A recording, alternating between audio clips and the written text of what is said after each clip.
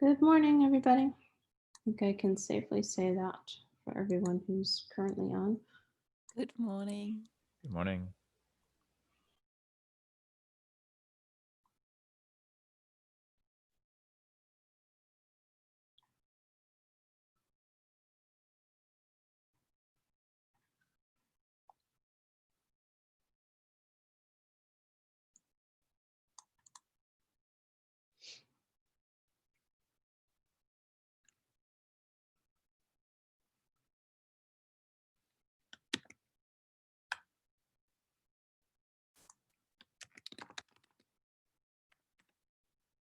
Hello.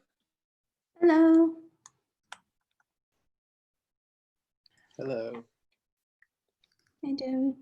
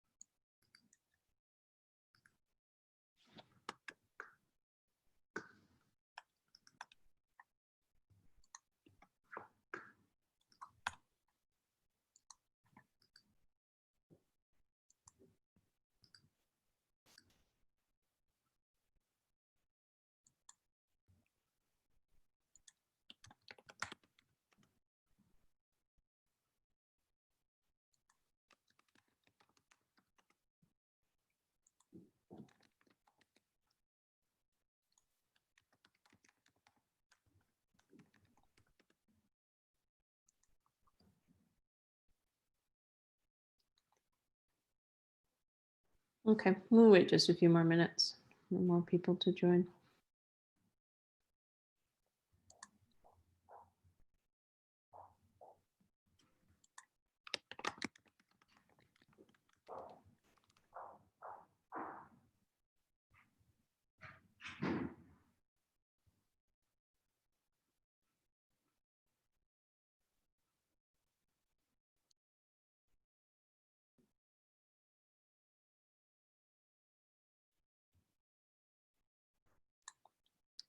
Sabrina, are you up for a presentation today, or would you rather wait until tomorrow? What's your schedule like? I would rather wait until I hear the presentation from Colin about the co-regulator, because I'm still not 100%. My brain is not in agreement, let's say. I don't disagree with what is said. I'm just, it doesn't. Processing. Exactly. Yeah, So got it. depending on what this is happening, it could be either today or tomorrow. Okay. Or I can, depending on if nobody else is presenting, I can just show what I have and leave it there. Okay, whatever you're comfortable with. I can take the spot. Okay, perfect. Thank you. Well done, Colin. And just a heads up, I have a meeting from 8 a.m. Pacific time to 9, so I will be out of this call for an hour. Okay. But I'll be out and I'll come back. Okay, great. So Kimberly, just tell me when you want me to do something, and I should be able to. Okay. I think probably, with the way we've been when doing our schedule here, is what I would recommend is we'll let people do some modeling this morning. And then after our break, so roughly in about an hour and a half, hour and 45 minutes, we'll have presentations and model reviews. So if you could present then, that would be great. Yep, I will do. Yeah. Okay, great. Thank you.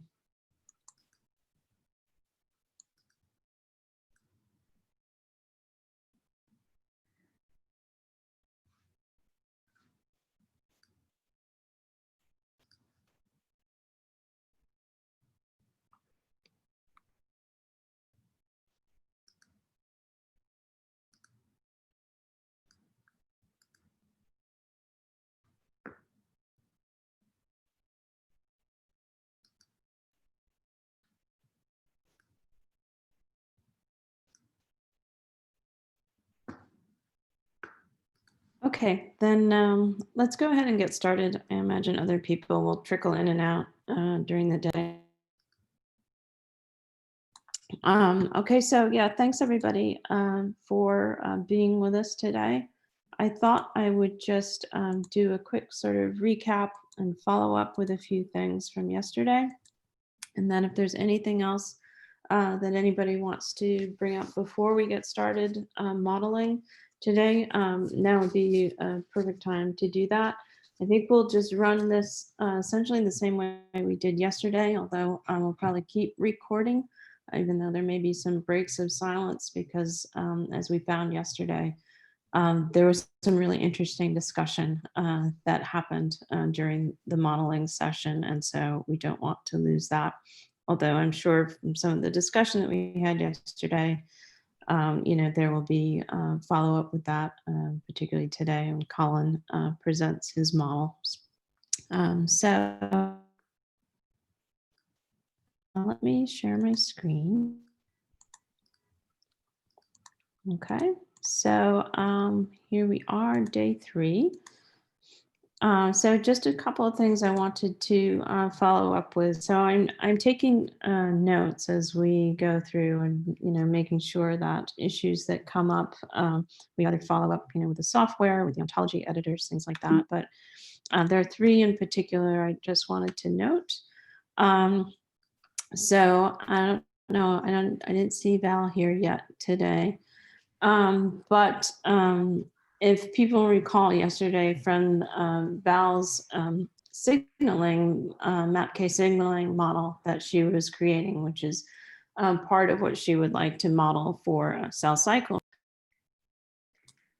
When she was running the reasoner on her model, it was inferring that for each of the, say for example, each of the kinase activities, an inferred molecular function annotation was being created. So this wasn't one that she was, deliberately adding, but it was being added based upon the logical definitions of particular activator molecular function terms in the ontology. And they were being inferred because the logical definition of those terms in the ontology, for example, might be, a kinase that directly positively regulates another kinase. So Val had questions about whether or not, right, we want those kinds of inferred annotations, and more generally, how do we think about the activator and the inhibitor molecular functions, and how we want to use those, both I think in GO-CAMs and for standard annotations. So she created a ticket that's in the ontology tracker right now that I've linked from here, with some thoughts about that, various scenarios we might want to explore. So I would just recommend that if anybody is particularly interested in that issue, go ahead and read through what she's written. I've suggested there on the ticket that maybe we form a small-ish working group for people interested in that issue, and we could systematically look at the different options, see what would happen if we chose one scenario over another. And then we could make recommendations both to the ontology editors and to curators about how to deal with those terms. I think it's interesting, at least my experience making GO-CAM models.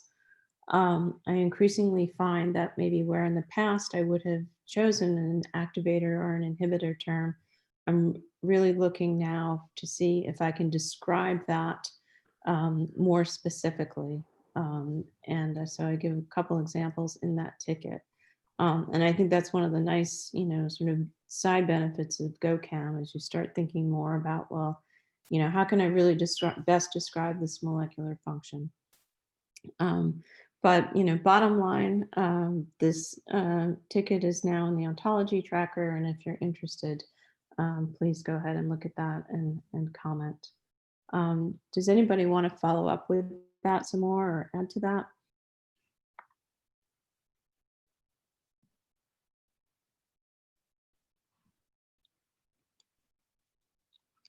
Okay, and I suspect it may come up again when people are looking at their models and running the reasoner.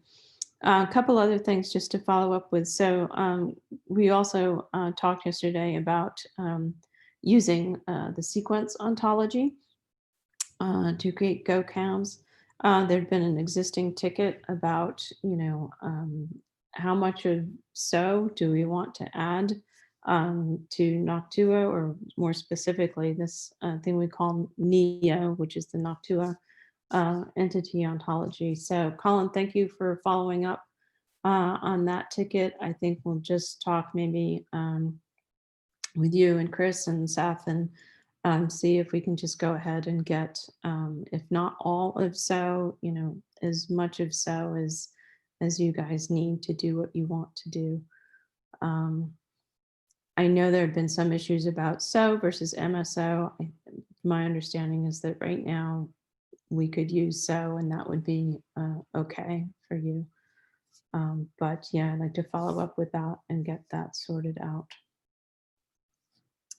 And then Yeah, lastly, really sorry. yeah. Just to say, did I copy you? I emailed David Sand to comment on that because I'm pretty sure we were not going to use MSO.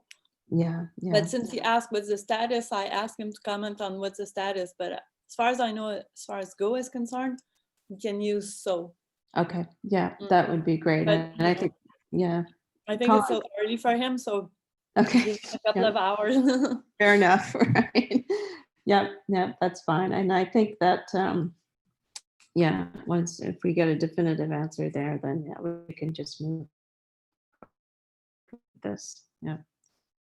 And then lastly, this is an issue, it's Neo Tracker and Penelope. This has to do with you were asking yesterday, wanting to annotate maybe a snake peptide, for example, and we want to make sure that for Uniprot curators, what you need for annotating anything.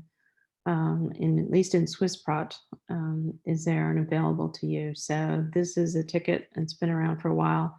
I checked in with Seth, and I think we'll just maybe do a little bit of follow up, maybe perhaps with, I almost said Tony, but with Alex, and then again, try to move forward to make sure that we have that there, prop curators. So is there anything else particularly from yesterday that anybody wants to bring up now or ask about?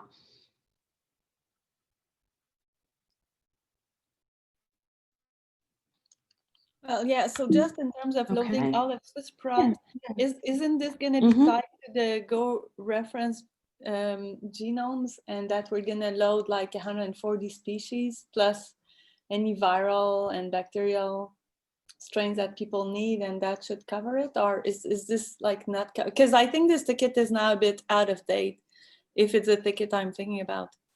Yeah, so there isn't much in this ticket at all, actually. Right. But yeah, and that's it. No, I was wondering about that as well. Pascal, it's a good question. I mean, the thing is, I don't know, like if this say particular snake is in that 142, right?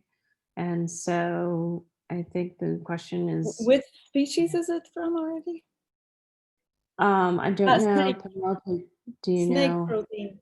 Yeah, Yeah, and sorry. so, Yeah. right. Offline discussion with Patrick Sending, and if necessary, other people from Unipro. yeah. But Okay. I guess I think it was for Noctua, we may need to go beyond that 142, right? But yeah, Paul, if just keep us posted on that, and we can try to move forward with whatever will provide Uniprot with what they need. Okay, and then just lastly, I just wanted for today, maybe just to again reiterate, the activity unit, the basic building block of GO-CAMs, just to again help people sort of think about one of the main goals that we have for the Jamboree this week, which is really to get people more comfortable sort of what the GO-CAM model is and what a good workflow, good suggested workflow is for creating your GO-CAMs. And that is to sort of think about um, molecular activities of the gene products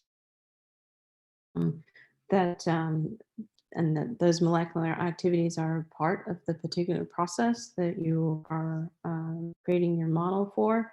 And then you can add additional contextual information to those activities. For example, if there are inputs or outputs to that, where they occur, if those components are part of larger anatomical structures, if relevant, a particular, biological phase or life stage where that happens. And then the idea is, once you've created each of these sort of molecular activity units to, the best of your ability of what reflects current knowledge, then linking those up in a causal chain, to the next activity unit, the next molecular activity with its relevant context. So that's one of the main goals that we have, again, for this week, is we really want people to sort of think about GO-CAMs, creating their GO-CAMs in this way. Okay, so that was all that I had for this morning. If there's anything that anybody has questions about, feel free. If not, then I think, yeah, we'll continue to do what we did yesterday, which is, people should go ahead, create their model, start working on models. If you have any questions at all, just feel free to ask, and we'll discuss them here in the meantime. Kimberly, just as I saw happens during, again, is that still only for cell cycle phases? Or because you say sometimes also the other stages, because it would be nice if, for example, we could use it for our developmental stages. Because we have, I think, in Protein to Go done that in the past. Yes, yep, exactly, Petra. So let me share my screen again. So, right. So it isn't just cell cycle phases, right? There are a lot of life stage ontologies as well. So one thing, we haven't talked a lot about at this meeting, we've talked about it sort of on other Go calls, is this thing we've sometimes referred to as the SHACs, right? And it's really sort of the computational view of what's allowed in GO-CAM. And so that's what I'm showing here. And you don't necessarily need to try to process all the details right now. But basically, what I will show you is that for things like cell cycle phases and life stages for different organisms, there is in the rules for molecular function, this is just called a shape, that for happens during, you can use a biological phase, a life cycle stage, or specifically, we have a plant structure development stage. So Petra, I think as long as we can have access to the DICTI life stages. Well, they are not separate, they're in our anatomy ontology. And they may already be there, Petra, because okay. I'll double check, but I'm pretty sure that we loaded the DICTI anatomy. And so if they're there. Yes, the DICTI anatomy is there, but I don't know how well automatically it can be identified what are the developmental stages. Okay, right. Okay. Yeah. So that actually, that brings up another actually really good point, which is that, the way we set up the Noctua form, and this was by design, is that, for this cellular component, say, for example, you can only autocomplete on things that are, hopefully cellular components, right? So we've tried to do similar things like that with life stages. So we may have to just take a look at the DICTI anatomy just to confirm exactly how the life stages are classified. to make sure that they're there, available in the right field for you to use. Certainly then they should also be there in the graph editor, and you could add them there, but let's follow up and make sure that's the case. All right. Yeah, I can test it out, of course, in Noctua if I can add something using the degree anatomy, Right. and if not, I can put a ticket or so. Okay. And I can, because it's not so many out of the anatomy ontology. So, and I'll check also what we have annotated, and then I'll create a ticket if it's not. Okay, great. And we can follow up. And yeah, I think more generally, right, if there are other ontologies that people would like to use to provide that context, if there are any other anatomy ontologies like stages, things like that, let us know, and we can work to get those incorporated into Neo as well. Okay, Thank thanks. you, Kimberly. Yep, thanks. Okay, anything else? All right, if not, then yeah, feel free to start working on models and to ask questions at any point if you need help with anything.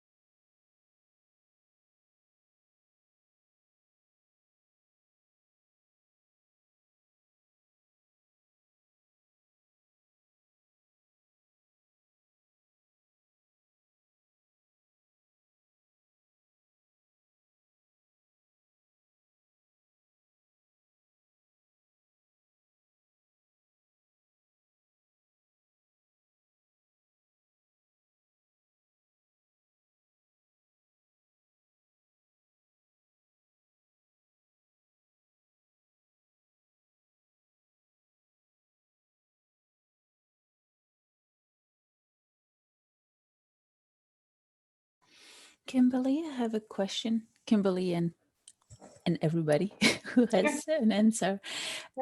So between two molecular function, can we have a relationship that is part of?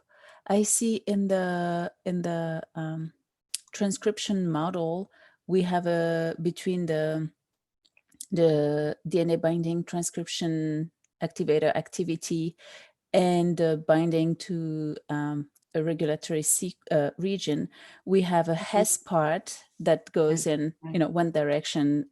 Is it different if we have is part of and have the arrow in the other direction? So my understanding is that from an OWL perspective, no, it's not different in our Go. Having said that, I think we should have a convention for curators for how to do it. And I honestly don't have, strong opinions one way or the other about. I think it's easier to just say parsimonious and just use part of. There's there's no reason to But use. in the ontology, we cannot use part of. I mean, then it becomes a different pattern from the ontology. Yeah, but it doesn't matter. It's at the instance level, so it's handled differently logically. Oh, okay. It's a statement about an instance, not about everything like the ontology is. Yeah. Okay, thank you. That was easy. But all I know, Sabrina, is like the rules need to be changed because I tried that yesterday and I'm pretty sure I had an error. So if this is allowed, then there needs to, well, I don't know, do it and check. But if this is allowed, then we need to create a ticket and say that this is allowed in the checks. Yeah, I think there are some checks updates that we still have to make, and that would be one of them. But I think, right, as long as we're saying we're going to use part of, I can update the checks, which I'm going to make a few updates later today anyway. Okay, thank you.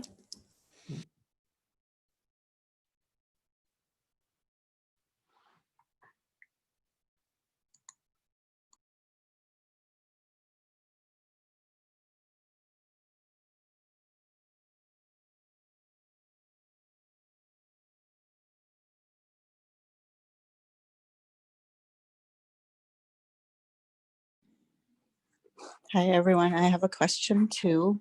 So can you hear me? Yeah. Maybe not. Okay, great. So I'm having fun pulling in annotations that are existing already and trying to string them together. And there's one example where the existing annotations show that some experiments have shown that it's in the nucleus and other experiments have shown that it's in the cytoplasm. And I can tell by looking at, the process that the part where it's doing its thing is in the nucleus. So then I pick that one, right? I pick the nucleus one, and I just kind of ignore that the cytoplasm one exists as well. Have you run into situations where you now look at existing annotations, you're like, oh yeah, maybe I should get rid of that one? Or do you just keep it because it has been shown? Yeah, very good question. And the answer is yes, I have looked at some existing annotations and thought, right, maybe it's time to get rid of them.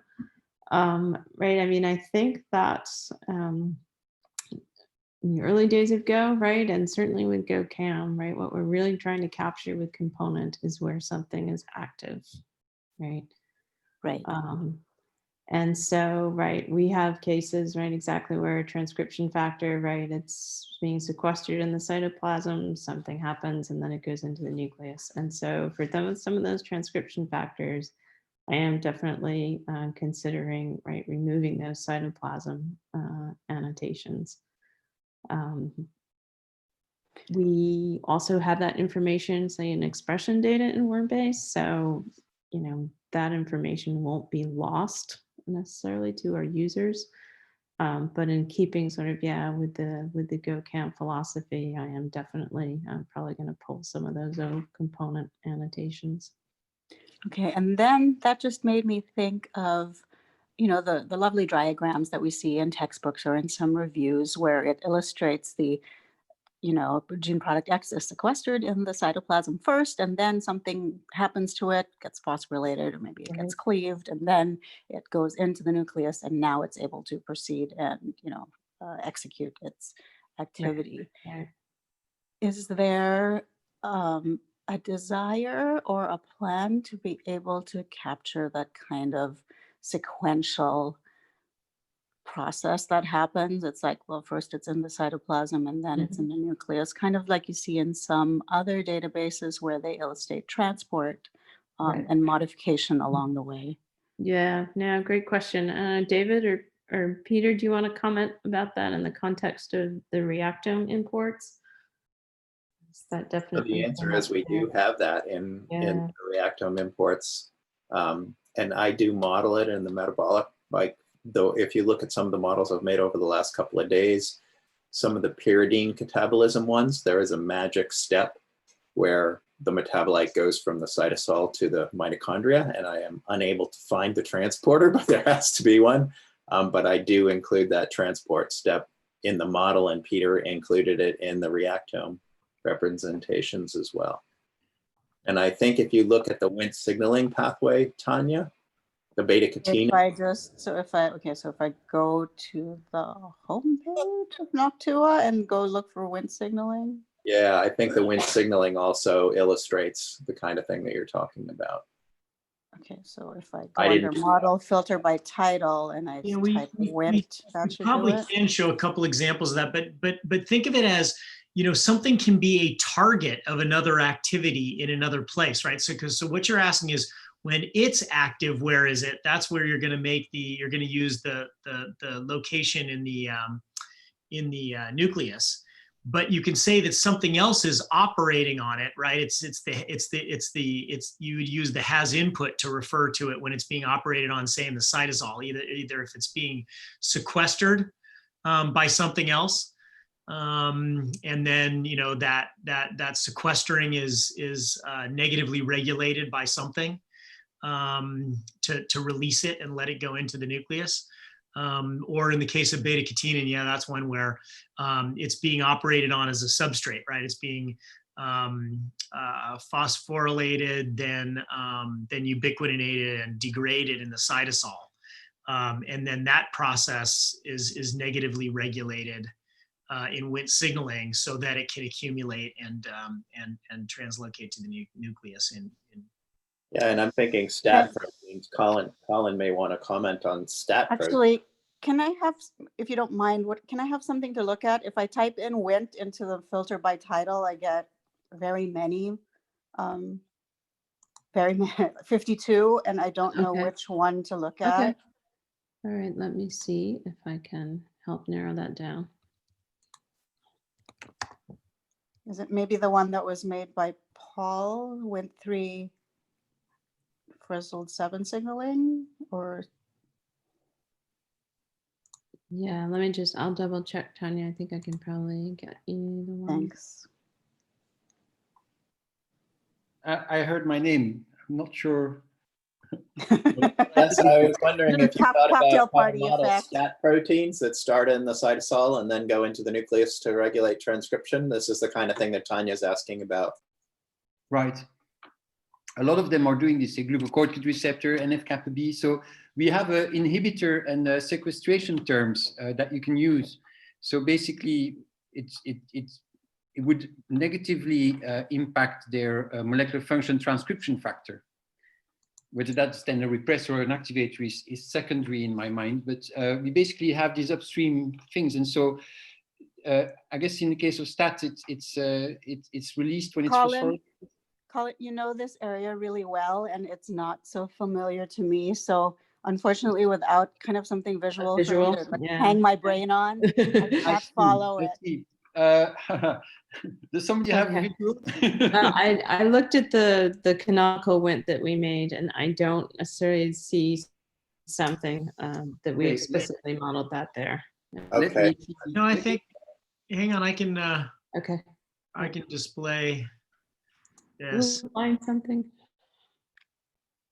Yeah, this is the canonical Wnt using the companions. So this is the one where this is what our old name was for filling in using existing annotations. So I'll try to show this. Oops. Is this working? Can people see my screen now? Yep. Yep. Yep. Yeah, so I'll try to, all right, let's see. This is annoying. Hang on. Oh, darn it. Okay. All right, so the part we're talking about is, can you see this where I highlight this now? It's kind I of get a really little tiny. Yeah, I'm Can you trying to. zoom? Trying to have it all in one view, right? Yeah. Let's try zooming in. Can I just use the? Should be able to view Yeah, to do the there we go. view menu. Okay. Yeah. How's this? Is that better? Yeah. Okay. Yeah, so I'll try to make it a little bigger yet so that you can Yeah. see the parts that I want you to focus in on. Okay, let's try it a little bigger. Okay, so basically what we have here is just look at the ordering of these last two steps. Okay, so this is the protein, serine, threonine kinase activity of a complex. So this is a case where, you know, we in discussions we felt that this met the criterion for an irreducible complex. I don't know if that's actually true, but you know, because we do know what each of the subunits is doing. So ignore this for the time being, maybe. But the main point is that something in this complex, at least, is phosphorylating beta-catenin. Okay, so the way we show this is there's a serine threonine kinase activity acting in the cytosol with beta-catenin as a target. Okay, so that's the important thing, is it's not where beta-catenin is active, but it's where this kinase is active and acting on beta-catenin. Okay, and that event is part of a positive regulation, you know, in Go speak, basically, it's positively regulating a protein catabolic process, acting on beta-catenin. Okay, and that's part of negative regulation of the canonical Wnt signaling pathway. So this is the way we represented that constitutive off state of the pathway. Okay, which is there's this event going on that's constantly breaking down beta-catenin, and you know, you'll get out these annotations, you know, that you know, for what the beta-catenin destruction complex is involved in. Okay, but then that itself is negatively regulating the transcription coactivator activity in the nucleus of beta-catenin. Okay, so that's the way we're showing the Oh, okay. okay. And so you can see basically that it's active in the nucleus, but it's a Right. target in the cytosol. Okay, so Right, it's and there's active no upon it being repressed. enables on the Right, there's no enables because the beta-catenin activity, right? Because it's that complex that's doing it. Yeah, well, there is an enables, so you can see enabled by, it doesn't fold it in if it's a complex. Right, which means there isn't the orangey box. Well, yeah, so this Right, is the entire, yeah. what basically what it is, box. yeah, it There's an can't, orangey line. Let's yeah, put it that can't way. pop the orangey box in there, but Oh. there's an orangey line. So it would put it in there, but if it folded it in there, you wouldn't be able to see the pieces of the complex. So the display basically says, I'm not going to pop it into that box, but it's as if it's in that box. So that's why, again, we're not advocating this graph viewer as the be all and end all of trying to read the model.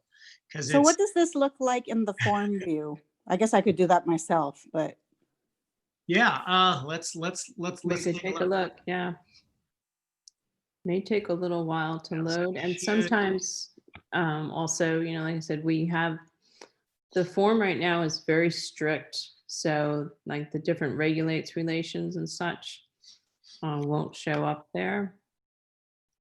So I'm not sure all of this will render in the form as we see it in the graph.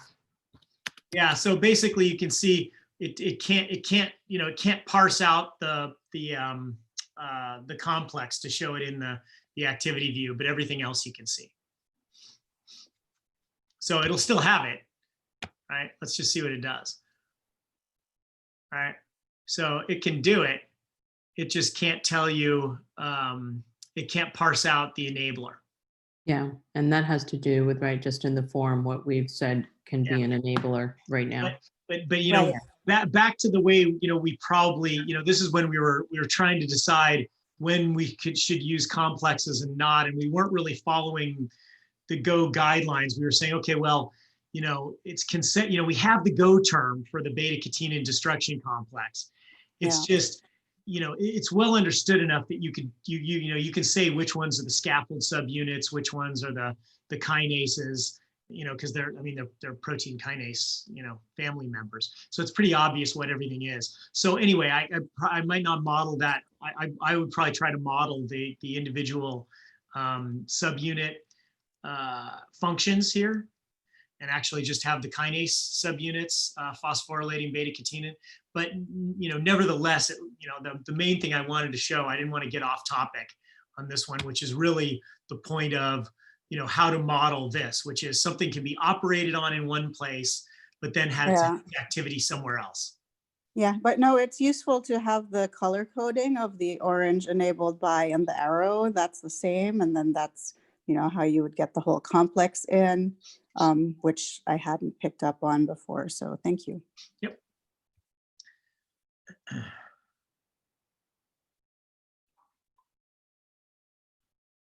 Yeah, it looks like STAT3 is phosphorylated, and this changes its interaction with the exportins and the importins. And I couldn't really find in the literature just in a minute what exactly the phosphorylation does, except that when it's phosphorylated, it's more in the nucleus.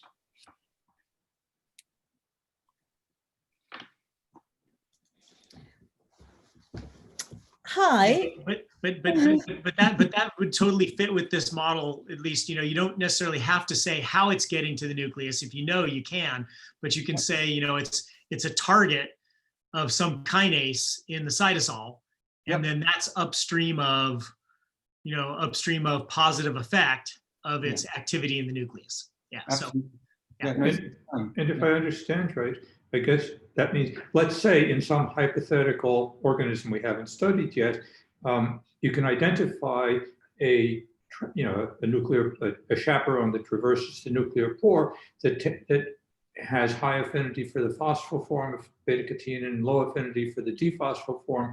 Then the kinase event would actually enable the transporter function, and that in turn would negatively regulate whatever's the transcription that's going on in the nucleus. You could just stick that extra step. Right now, absent knowledge of those intermediate steps, you just say the cytosolic product is negatively regulating the nuclear event, but you could stick another step in there if you had the evidence for it. Right. And GO-CAM is quite forgiving of gaps in knowledge like that. As long as you can say this thing is causally upstream of that thing, that's allowed, and you don't have to say, well, and I know that there are 3 intermediate steps whose molecular details are whatever, or whose molecular details I can only guess at, which is the case here. Right. Exactly. Yeah. Sorry, Ruth. I didn't mean to cut you off. I just wanted to finish what I was saying. I'm glad you need to finish, because otherwise we'll just get really confused when we talk about all these different things. So if there's no more about that, I've got really simple situation. Okay. So I'm gonna try and share. Oh, I can. Okay, share my screen. Okay, so I have just created this mess that I've done. I've done this based on a single paper, which I know we weren't trying to do, but yeah, I just thought I'd start with a simple-ish paper. So I've got so many questions. I haven't included regulation of transcription in here. I just wanted to put this into this aspect of aortic valve morphogenesis. Okay. So this paper really only shows that GATA4, so lots of people won't like this because this is mutant phenotype, but anyway, that GATA4, when there's a mutation in it, then people will have bicuspid valves. aortic valves, which is, yeah, so that gene's been associated with it. So it was really just looking at this one gene and looking at the mutation. And so, yeah, we've annotated to aortic valve, and then, yeah, so they've also done 2 luciferase assays, and one of them they use the NOS1 and one of them they use NPPA. And they say that both of these substrates, or targets, are involved in aortic valve morphogenesis. So I've added those. Those have been added as TASes to over here. So here's NPPA being associated with aortic valve morphogenesis, and also nitric oxide synthase has been associated with aortic valve morphogenesis. Oh, and also they also showed that NKX2 and GATA4 work together to regulate, I can't remember which one it is they regulate in the experiment. I think it was the NOS3. So, oh dear, I've got myself in a mess. I didn't add the NOS3 to here, although I thought I was, but I obviously didn't. Anyway, should I, because I looked at some of your figures, should I try and get everybody annotate, linking into this one aortic valve morphogenesis? So should I move all these so that they all go to aortic valve morphogenesis, or only do that if I know that they work together to do it? So right now I wouldn't worry about that. Which instance you use. But I guess the question for me would be, do you want to start linking together these activities? So do you want to make the DNA binding transcription factor activity of GATA4 acting on NOS3, the NOS3 promoter upstream of, so in this case, I'd say you'd want to use regulates, exactly, the nitric oxide synthase activity of NOS3. So you can start linking those, but I guess, so that's the way you should think about linking those, is linking the activities. Yeah, so if I went across to this, yeah, and then you're saying that it's regulating the promoter. I would say it's positively regulating, right? Because you're. Could I do directly positively regulates? I would use positively regulates, but we're probably going to end up collapsing. We're finding that curators aren't finding a lot of benefit to be able to specify directly versus not, versus just leaving it regulates. So I think don't worry too much about the relation you choose. But the main point is it should be a regulates, because we know the transcription factor is considered to be regulatory of that, a regulator of that gene product. Lovely. So then I just do positively regulates that, and that's that. And then I think the other thing that confused me was that I wanted to add in here my NKX2, because the NKX25 and GATA4 seem to be working together. So I've put them here as potentially binding, although it's not really a binding assay so much as a luciferase assay where they put them both in, but I guess it's kind of a binding assay anyway. So I wanted to kind of talk about that aspect, that they're working as a I can show you the evidence. Maybe you'll just say to me, no, it's not. So this is here, that if you add GATA4 and NKX 2.5, you get much higher activation of the eNOS, whereas if you have the mutation that's present in these aortic bicuspid valve patients, then you get you don't get the same amount of expression, and you can see that on their own those two proteins don't change the level of expression as much as if they're together. So it's kind of, I would say, showing that they're part of a transcription regulator complex at least. Oops, gotta go or is it just saying that they're both part of the same, they're both part of the same regulatory program? Yep, that's true. They might not, there's no evidence they're actually binding, so I should delete those ones, but it's that idea that they're working together. So I don't know, maybe that's too complex. Anyway, the point was, No, it's it is definitely getting down in the weeds. We've talked about so there is a way to do this that we talked about, but we might want to have a side meeting among people doing transcription just to see if we all we might want to propose a convention for how we do this. But I think if I'm understanding correctly, you want to say that because normally, none of these regulatory events are considered to necessarily be related to each other. You say, this positively regulates this transcription and this positively regulates this transcription. So you have each transcription factor separately positively regulating something. If we want to start capturing some of the regulatory logic, which is these two work together, we really probably want to think about how we do that. So, I don't think we've ever had the ability in Go annotations to try to capture regulatory logic, right? No. Okay. And so I don't want to. I probably don't want to go down this rabbit hole, but I've thought about it a lot because I think it's important, and maybe we can have a separate meeting with the transcription factor experts. To think about how we best do that. But for now, just go ahead and think of it as, the gene ontology is separate statements about how genes function. So at least you can say, NKX 2-5, also is a DNA binding transcription activator acting on, was it the NOS3? Yeah. Yeah, and so you can certainly say that, and then how it works together, I think we probably should come up with a convention for how to do that. So then that was my other thought. The other thing that happened was when I was doing this was for the NKX2, it suddenly occurred to me to do this transcription regulator complex and then say that was part of the nucleus because that isn't implied from the ontology. But I'd already said that GATA4 was in the nucleus. So when I tried to add that it was part of the transcription regulator complex, I ended up here.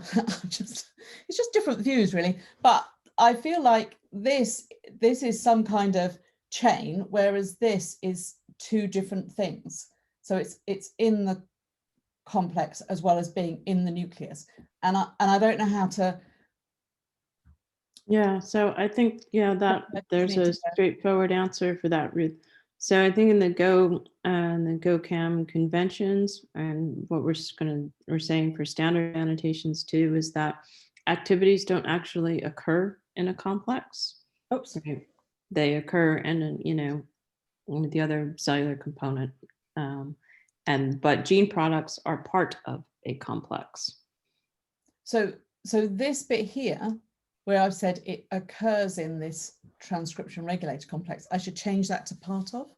You'll want to say that the actual gene product, so the NKX 2-5, is a part of that complex, right? If you want that information. So what you'd have to do, honestly, is explode it out a bit so you can link those up.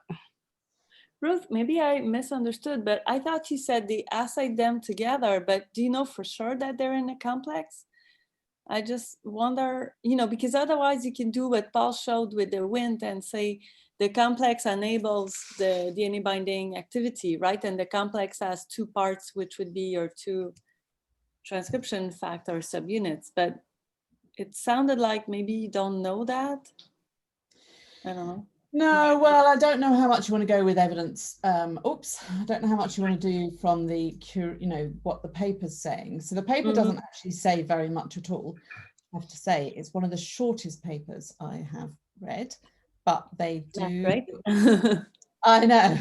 But they do talk about the synergy. I guess they just say there's synergy between. Yeah. So that doesn't sound like a complex to me. I mean, maybe it's a minor point, but it really sounds like regulatory logic, right? That if they're both binding, possibly, right? That they're both binding the same promoter, they can help. They work together to enhance transcription. It's just, but I don't know if you could conclude that, like Pascal said, from this paper. And again, just think about, what could you normally do with a Go annotation? You'd be able to say, all right, well, would you want to also from this evidence say NKX 2.5 is a transcription factor involved in regulation of transcription for this for the same target gene, right? For the ENOS, or I think it was an ENOS. Anyway. Yeah. So basically, So that's the question. And so again, just think about, right now, I think it's, let's just think about the separate statements you can make about different gene products and their causal effects. How they work together means you have to start thinking about regulatory logic. And I think we probably want to make that the subject of a different meeting. Okay. That's definitely getting down in the weeds. Let's just handle sort of simple cases of, effect. Okay, and so really what this model is losing, so I will remove lots of these different things, but what this is missing is the transcription, regulation of transcription aspect. So this positively regulates transcription. So presumably, I mean, I'll have a look at the model that you'll just add a part of, so we've got your transcription activator activity. Just make that part of a process of regulation of transcription, and and then say has input to say which gene it's acting on. Yep, and then you've got it, and then you can nest that as a sub process that's part of aortic valve morphogenesis. Lovely. And the input is on the function, not on the process, right? I think it's on both, from what I could see. It's on both. Okay, because in the model. Okay, yeah, I think it can be on both. Yeah, I mean, just to be clear, when you have a process that's really acting on a specific gene or gene product, I think I just think it helps you understand the model to say what. Of course, yeah. Okay, excellent. Good. I will stop sharing. Thank you. Thank you. Great question. Yeah, regulatory logic is a really interesting one. I definitely think that'll be a fun extension to the things we're already doing, but it's definitely another step.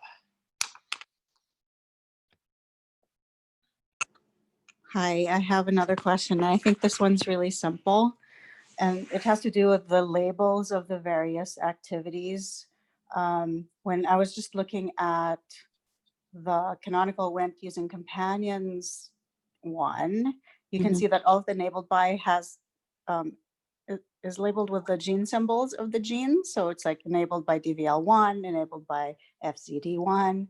But in the model that I've been building, even though I enter in like the gene symbols, I see enabled by TER locus 2027109. And now when I've got more than one in my model, I don't remember. I mean, I can sort of remember who's who, but I'd rather see the names of the genes. Is that something I'm doing wrong? Or I could have sworn yesterday I saw the gene symbols. Oh, okay. If you do have a model where you've seen the gene symbols, it'd be good to have that for comparison. That probably Tanya has to do. It's the same one. Oh, it's the same model. I could have sworn I saw the gene symbols, and today they're gone. And maybe I'm just imagining things, but okay. I can enter the gene symbols, and they come in the drop down, and I pick it, but then it becomes the ID. Right. Okay. I hope it's not different from yesterday. Oh, actually, I still have a tab open from yesterday, and my yesterday's one. Oh, okay. Yeah. Yeah. That probably has to do with how things are represented in NEO. At least that's my best guess. And so I can follow up with Seth. So the model I just made is just called trichome morphogenesis. Okay. If someone paste a link, I'll take a quick look, see if it's Tanya, they're the same from what I started doing with stomata. They just come up as enabled by TER locus. Really? Okay. Yeah, but anyway, there you go. That was my question. Thank you. Okay. And Tanya, just to confirm, right now, Tara is not submitting a GPI file, is that right? That's correct. Okay. But then where are the symbols coming from if I see them in the drop down? From your GAF. Chris, Right, correct if I'm wrong. right, but I right, believe right. that's- Yeah, they're in the GAF for sure. Well, no, I don't know if we get into it, but it should all be the same source. So it sounds like yeah, it's not clear what's going on, but if I take a look, it might become obvious. Okay. Yeah, I'm on one device for the meeting and then another device for looking at the models. So hang on. Chris, when you say it shall be from the same source, what do you mean? I mean, if we should be getting everything from your GPI, but for some groups that don't provide a GPI, we just kind of mine the gene product information from the GAF. It should So all be it's the same the- one. The Go produced GPI, not the Tear produced GPI. For Neo, we preferentially use the GPI. And Neo should be driving both the autocomplete and the labels you see in the model. Right, right.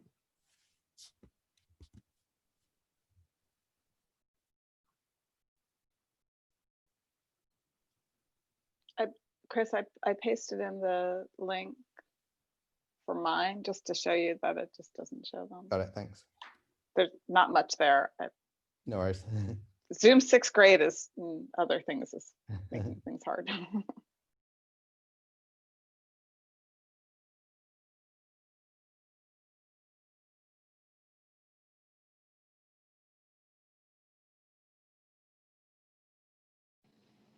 Thanks, Lenore, for pasting that in. But yeah, so mine has the same phenotype.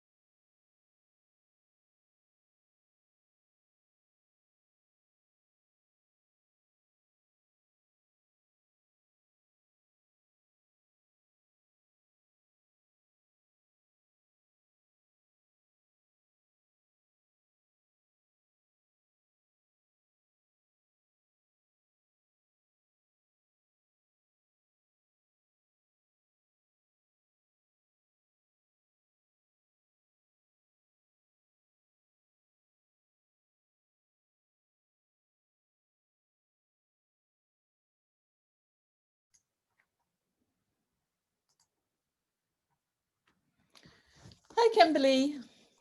Hey, Ruth. I've got another problem. I was cloning anatons, which was probably asking. Yeah, I would steer people away from cloning, but let's see, everything's fixable. So, okay. So it's mostly fine. It's just I've ended up with all these brown lines going up to something, and I've got no idea what's up in this little corner here.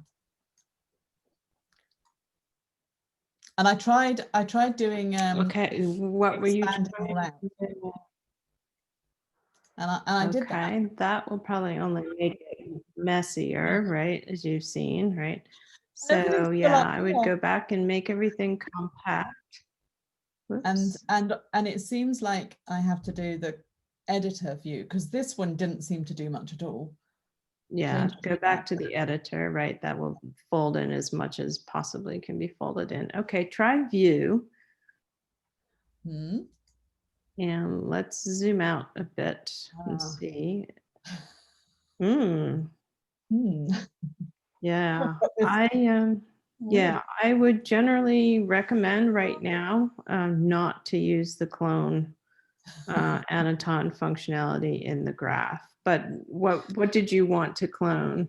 Oh, I've done it all. It was because I created my positive regulation of transcription here. Okay. And then I thought, rather than creating 3 positive regulations of transcription, right. Although having said that, I haven't changed this. This should be changed to NPPA. But anyway, I just thought, oh, I'll just clone them. That was clever. Not. Yeah, I mean the idea was there, right? If I was going to clone something, I might just add it as a single node that's not connected to things and clone which is what I did with the first one. So with the first one, I just added it. And now I've got these things. So maybe what I have to do, I guess, well, it's just weird because this one's connected to it.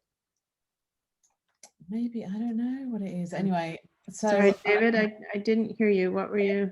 What is everything connected? Try doing a hard refresh and see if those mysterious enabled bys go away. So this is when I admit I don't know how to do a hard refresh. I need browser. So it's just the browser. Yeah. Okay.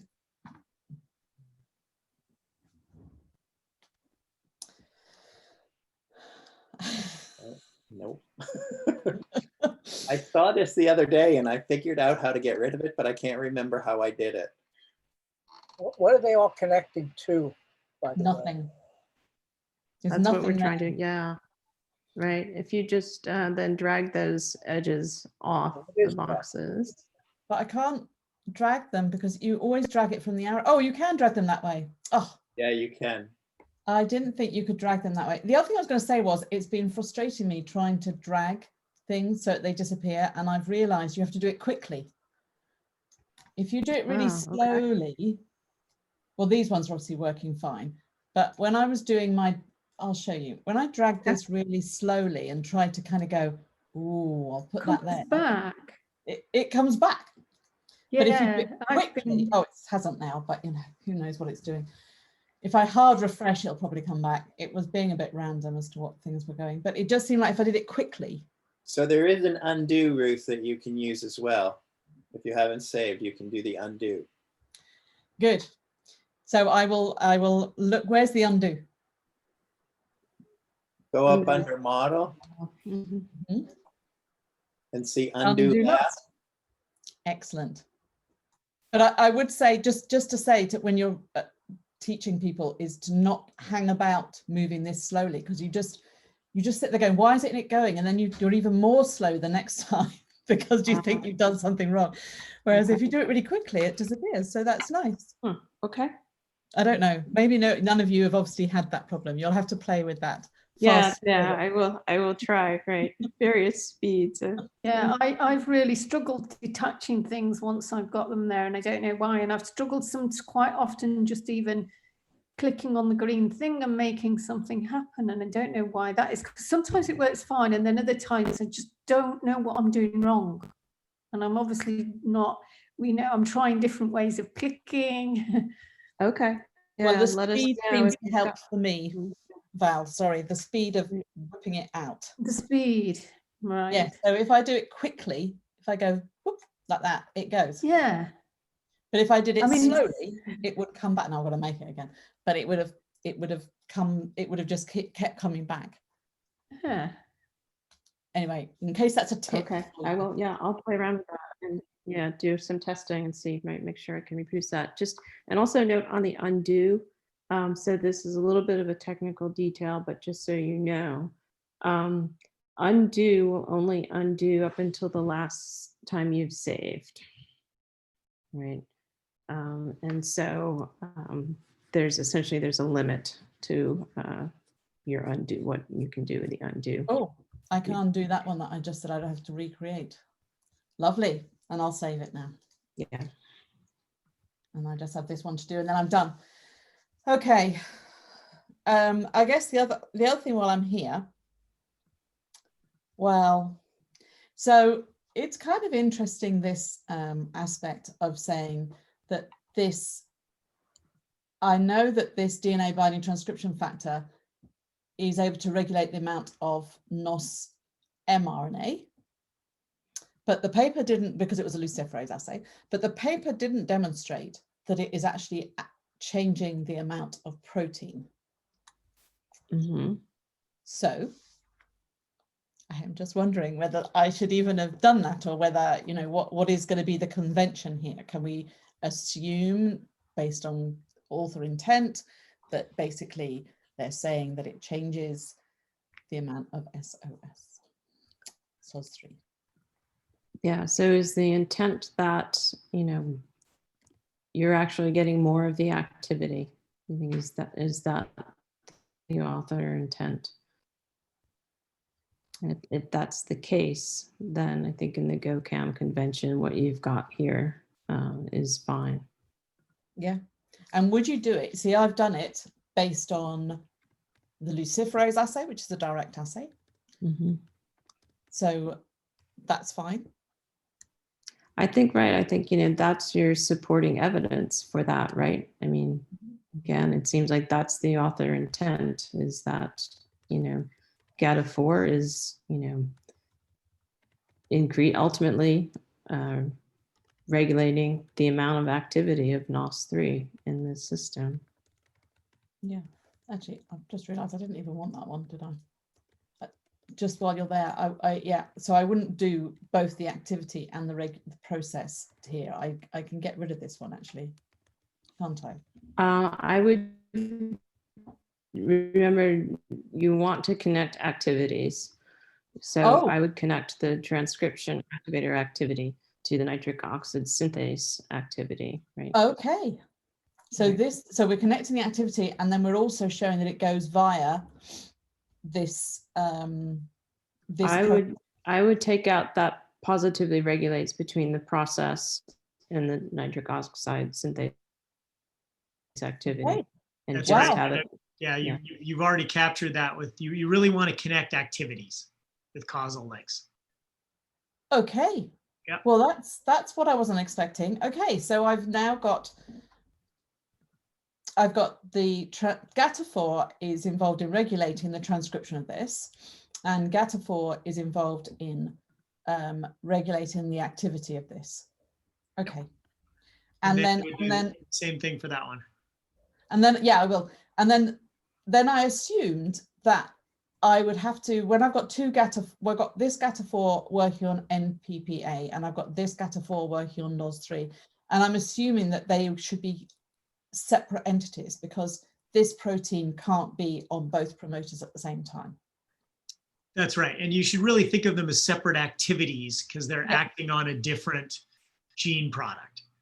So yes, but this is like I do in my annotation extensions. This is how it's doing a different thing, right? It's doing the same kind of function, which is why the class is the same, right? But its target is different. So it's a different activity. Okay. Yeah, exactly. No, it's what I would expect. I was just double checking that I was doing this right. You got that perfectly right. It's going to pop back in again later. I'm glad that's intuitive. Yeah, that's right. Excellent. Thank you.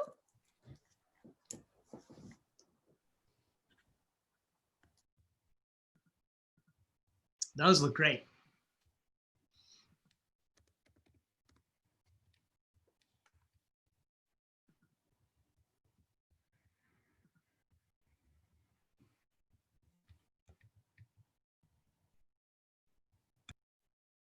Are we having a break now?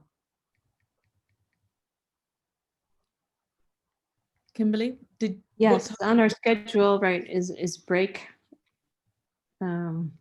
So if people haven't already and want to take a break, yeah, certainly do that now, and then we'll come back. So we'll come back in about 15 minutes or so, and Colin can start with his transcription model, and then hopefully Sabrina will be back then too, because she definitely wanted to be here for that. If not, we'll just wait a few more minutes for her to get back. Nice. Okay, thanks.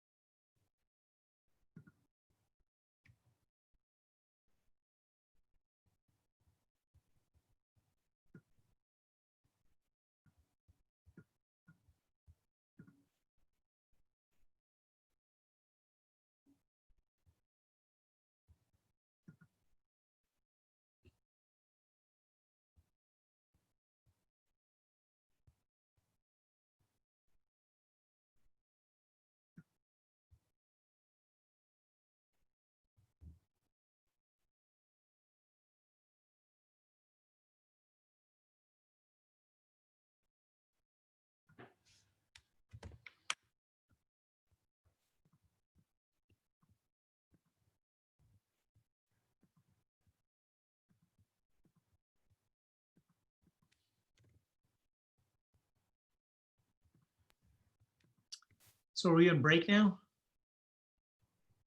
We're on break now, yeah. Just until what time? What time? So I think Sabrina wanted to be here for Collins, so why don't we say until about the top of the hour? All right. Okay, thanks. Great. Thanks. I'll call back in.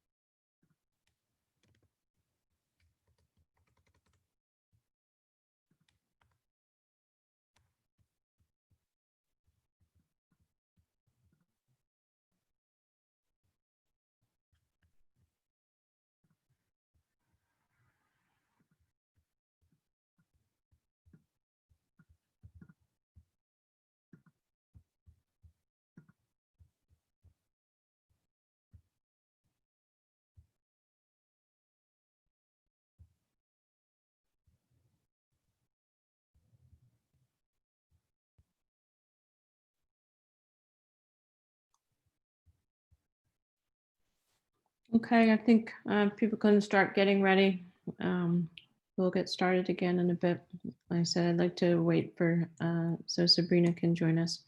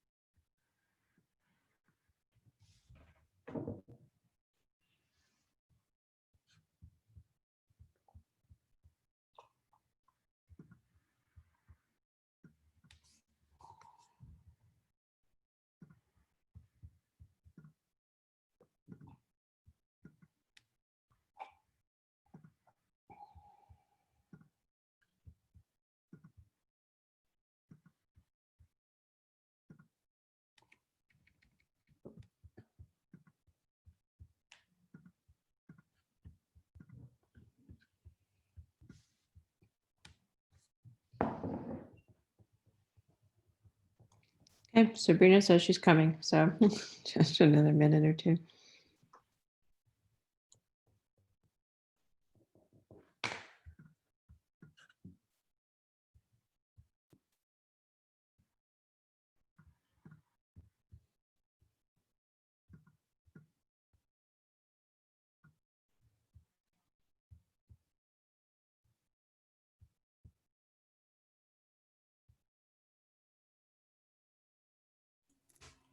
I'm here. Thank you for waiting for me. Yay! This is a typical day, I think, for everybody, right? In and out, different calls. Yes, jumping, and then but and then the meeting's like, oh, it should be a short meeting, and then I have to say like, no, we have to stop talking now. yeah. So thank you for Yeah, waiting. but no, thank you. I appreciate everybody, fitting this in this week in their schedules. Okay, fantastic. So looks like Colin, you are sharing your model in this screen. So let's go for it.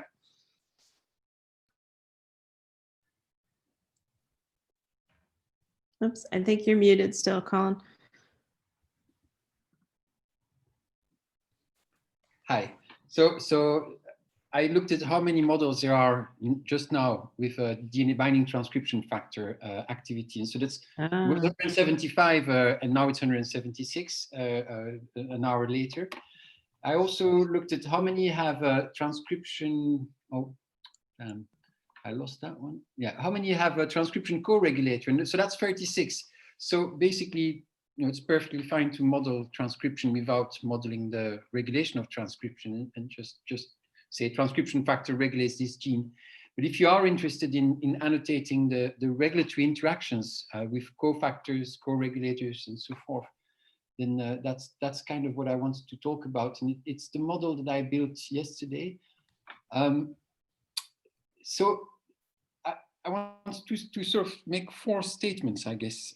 So the first one is really about the end of this whole sort of regulatory cascades, positively regulates, and so forth. And that is, we're saying that the transcription regulates the activity of this endpoint. And this endpoint, in this case, is a cell cycle regulator. It blocks the cell cycle progression, right? But I was thinking about this, and what it really does is it increases the abundance of that protein, right?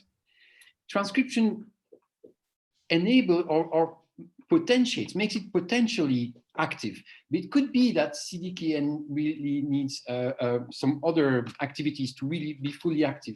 So there is some kind of shortcut here of saying that the transcription activity increases the activity. We're still making it sort of a leap of faith. It's what transcription, just like translation, does is increase the abundance, the concentration of the proteins, not necessarily of their activity, but I guess we're assuming this. So I just wanted to make the point, because I think it will come back at some point.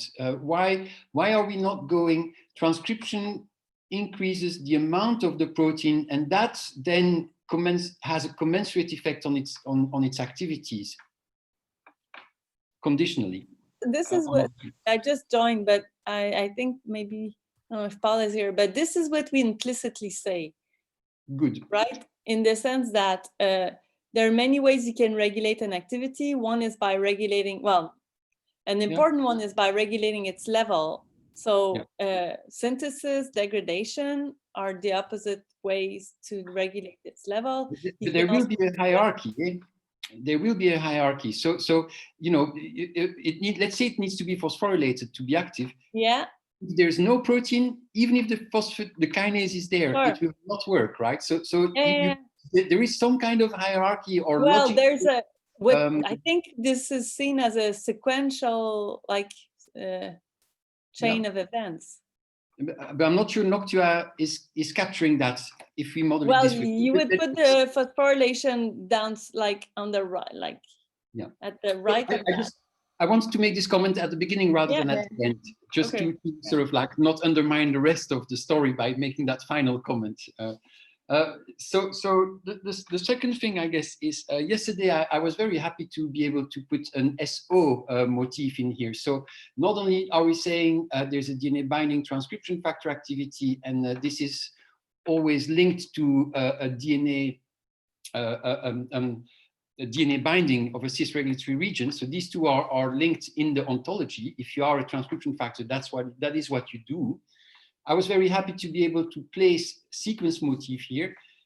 Ideally, I would have liked to place a promoter, for example, but I can't do this for the moment. So if I put the SO code for promoter, it's not allowed, even though in December 2019, Belen from Greek Sea, she did manage to put this term in here. So I don't know how to do it now today. In December, it was possible. And I'm hoping that we will be able to sort of put these kinds of SO objects in the Noctua. So it looks like, But today I couldn't do it, right? So Belen could do it in December last year. Today I can't do it. So I just wanted to make that comment. So in a way, I seem to have found a little hole in the script, basically, where there still was one. Yeah, so Colin, I can actually explain that if you want. So there was a time when with the add individual, we allowed curators to add, basically, as it says there in the box, anything within reason, right? And so that's not possible anymore, right? And hopefully you've seen a little bit of the exchange. Jim Balhoff has made the ontology ticket, and hopefully we will get all of so into Neo for you. That would be fantastic. So even though we may not need everything, and so that brings me to I could now diverge and tell you which SO terms I think we need, but perhaps there's something more interesting, and especially Sabrina, right? Because you were talking about HDAC1 and how your vision on the system was different. So I want to now go to the model I built. I understand I'm being impolite as an annotator because all of these have zeros, so I haven't put the references, but let me assure you that I have the references in an Excel file, and I just didn't take the time to click on. But that's fine. This is not fictive. What I'm going to tell you about is based on evidence in the literature, okay? It's not a child of my imagination only. I think I really want to stress this. So the model I had yesterday was a P53 is a transcription factor. It enables this activity. That activity goes through this sequence motif in the DNA region, the promoter, in fact, of that gene here, of CDKN1. And P53 can't do that by itself. It needs help. And the help it gets is from this transcription co-regulator who knows, thanks to P53, that it has to bind to the promoter of P21, of CDK21.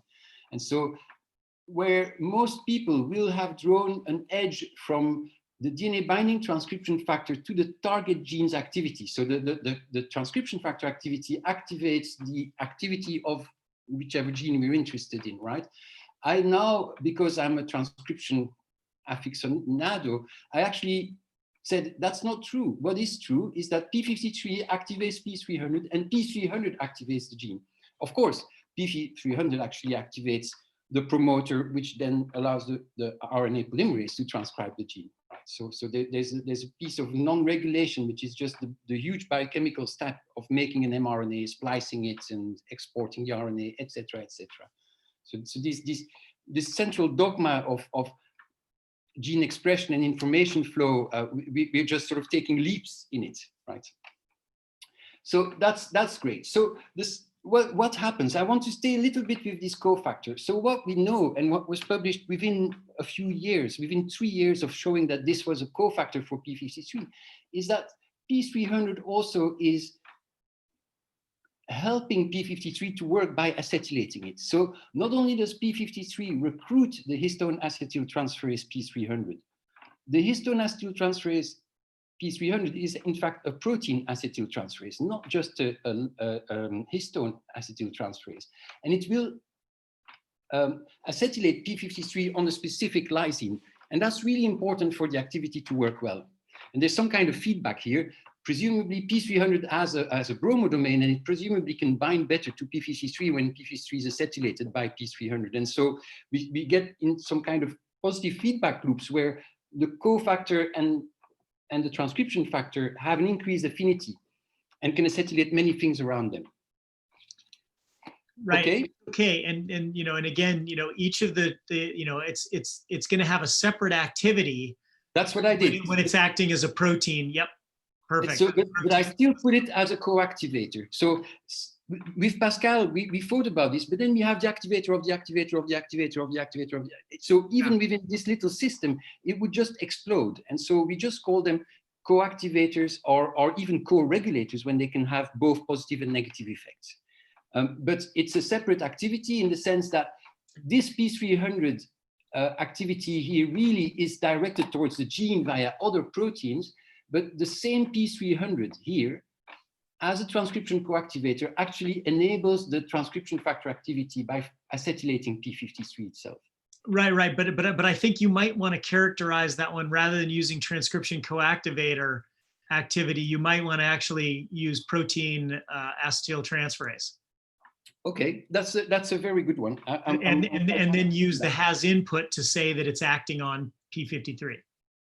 Oh, instead of positively regulates. Well, you can have both, you know, but if you specifically say it's a protein acetyltransferase acting on, and the way we say that is have the has input P53, then it's very clear what the mechanism is. It's acting on P53 to positively regulate P53 zone transcription factor activity. Great. So that's great. So this is for the acetyltransferase. So the acetyltransferase activity goes both ways. There's information flowing in both directions here, out from and towards the transcription factor. So I looked up HDAC1, and so HDAC1, of course, it's part of a complex which is called the NERD complex, which contains also HDAC2 and a number of histone binding proteins and also an ATPase. And this complex is recruited also to the promoter of P21, but by another transcription factor, which I didn't put in here. But the upshot of it is that it does reduce the transcription factor activity of P53. And so I put negatively regulates here. And so in this case, it really is brought by another transcription factor. It's a co-repressor for that transcription factor, and it basically represses the transcription factor activity. And so again, I didn't really want to put this arrow straight away here, because I do think that the integration happens, or I wanted to model the integration of all these signalings. It is P53 that activates P21 widely, and that is being reduced or increased by all the other factors around. I think that's great. And I have a question just to make sure I understand, because I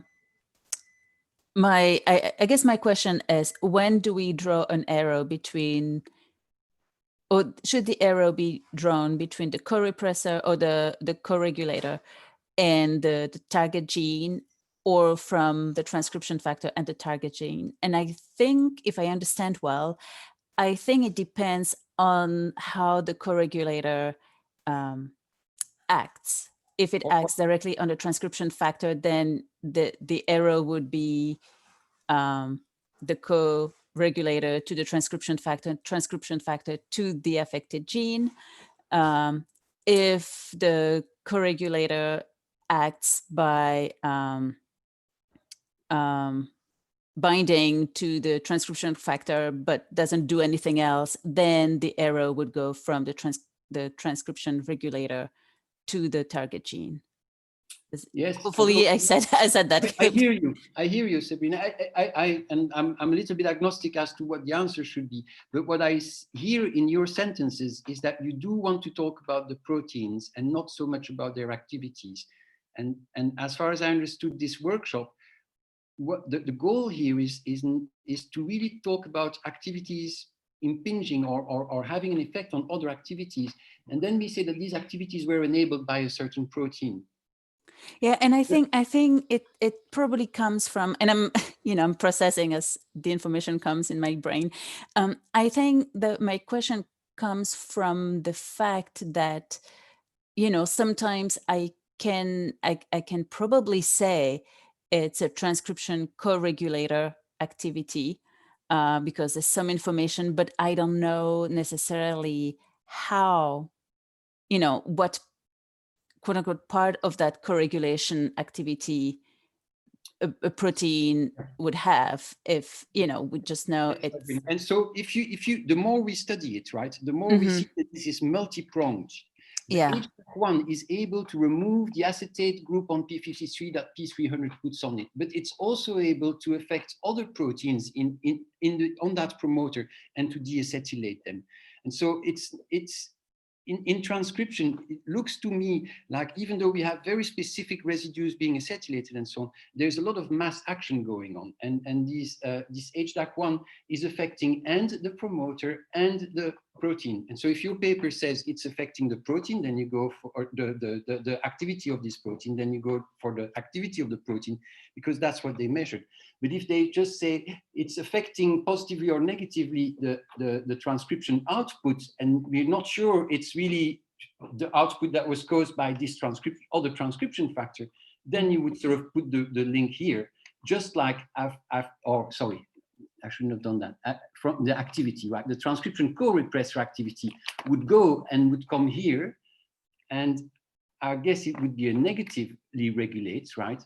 And then in terms of logical reasoning, the question becomes, is there more of the co-repressor or more of the co-regulator, the co-activator? So this could have been co-activator. And then for someone who wants to model it, the question is who's going to win? And you determine this by asking how much more of this activity will there be, how much more HDAC1 can there be, and versus how much more of the activating branches there is. But right. And I think again, if you use and I think that part of your question, Sabrina, may be around co-regulator and co-repressor are relatively vague terms, and they can refer to multiple mechanisms. Yes, they are, but there is one thing that is not vague, and that is to call them like this, they have to be recruited by a specific transcription factor. So if you're just there because they're highly abundant in the nucleus and they're not being recruited, then they are chromatin components, but they're not co-repressors or co-regulators, right? Right. But I think, if you, getting back to the terms that you choose, if you say that HDAC1 is acting, right, its activity is actually as a protein, deacetylase. Yeah. Then acting on p53, then that makes it very clear why you would make the negatively regulates p53 activity. Whereas if you're saying it's modifying other factors, kind of like your p300, one that you have acting as a co-regulator. You're saying it's not acting directly on the transcription factor, but it's acting on other proteins in that transcription complex. Yes. To activate transcription or repress transcription in the case of the deacetylase. So in other words, I think what we're saying is that perhaps we want the transcription co-repressor to have a causal link to the downstream gene activity, But if we're going to say something is acting as a protein acetyltransferase, then it's acting directly on the activity of the. Yeah. And so most models will go this way. And sometimes there will be evidence in a paper for saying that the target actually is a specific lysine on a non-histone protein. And then you're allowed to put this a link here. Sorry. Being a bit enthusiastic with my clicking, but so I guess we just have to go with the data and with what's published and but I guess the thing I'm getting at is, do you want to actually, instead of using transcription co-repressor, which could refer to either mechanism, you can actually say, you know, it has one activity which is a protein deacetylase in the case of HDAC1, and then it has a different activity which is a histone deacetylase. In both cases, we know that it's being recruited by ZBTB5 or let me look at the other paper here. ZNF217 is doing it, and there's MORC2. So these three transcription factors, repressors, all three have been shown to be able to recruit HDAC1 to the P21 promoter. So you need the intervention of a sequence-specific factor to do this. Right, but that's okay, because you can model that separately. The main issue is that it's, what is it acting at? What is its activity? So it's either acting on a histone, in which case you would put it as regulating the downstream product, or it's acting on a transcription factor, in which case you would have the effect directly. So again, just think about that's who it's affecting. The separate activity. Well, but that's what it means to say what the activity of HDAC1 is. It has, what you're saying, I think, is that it has two separable activities. Yep. One activity is it's acting on a protein. And when it's acting on a protein, I'm going to have it as a direct regulator of that protein. But when it's acting on the histone, it's acting as an indirect regulator of transcription.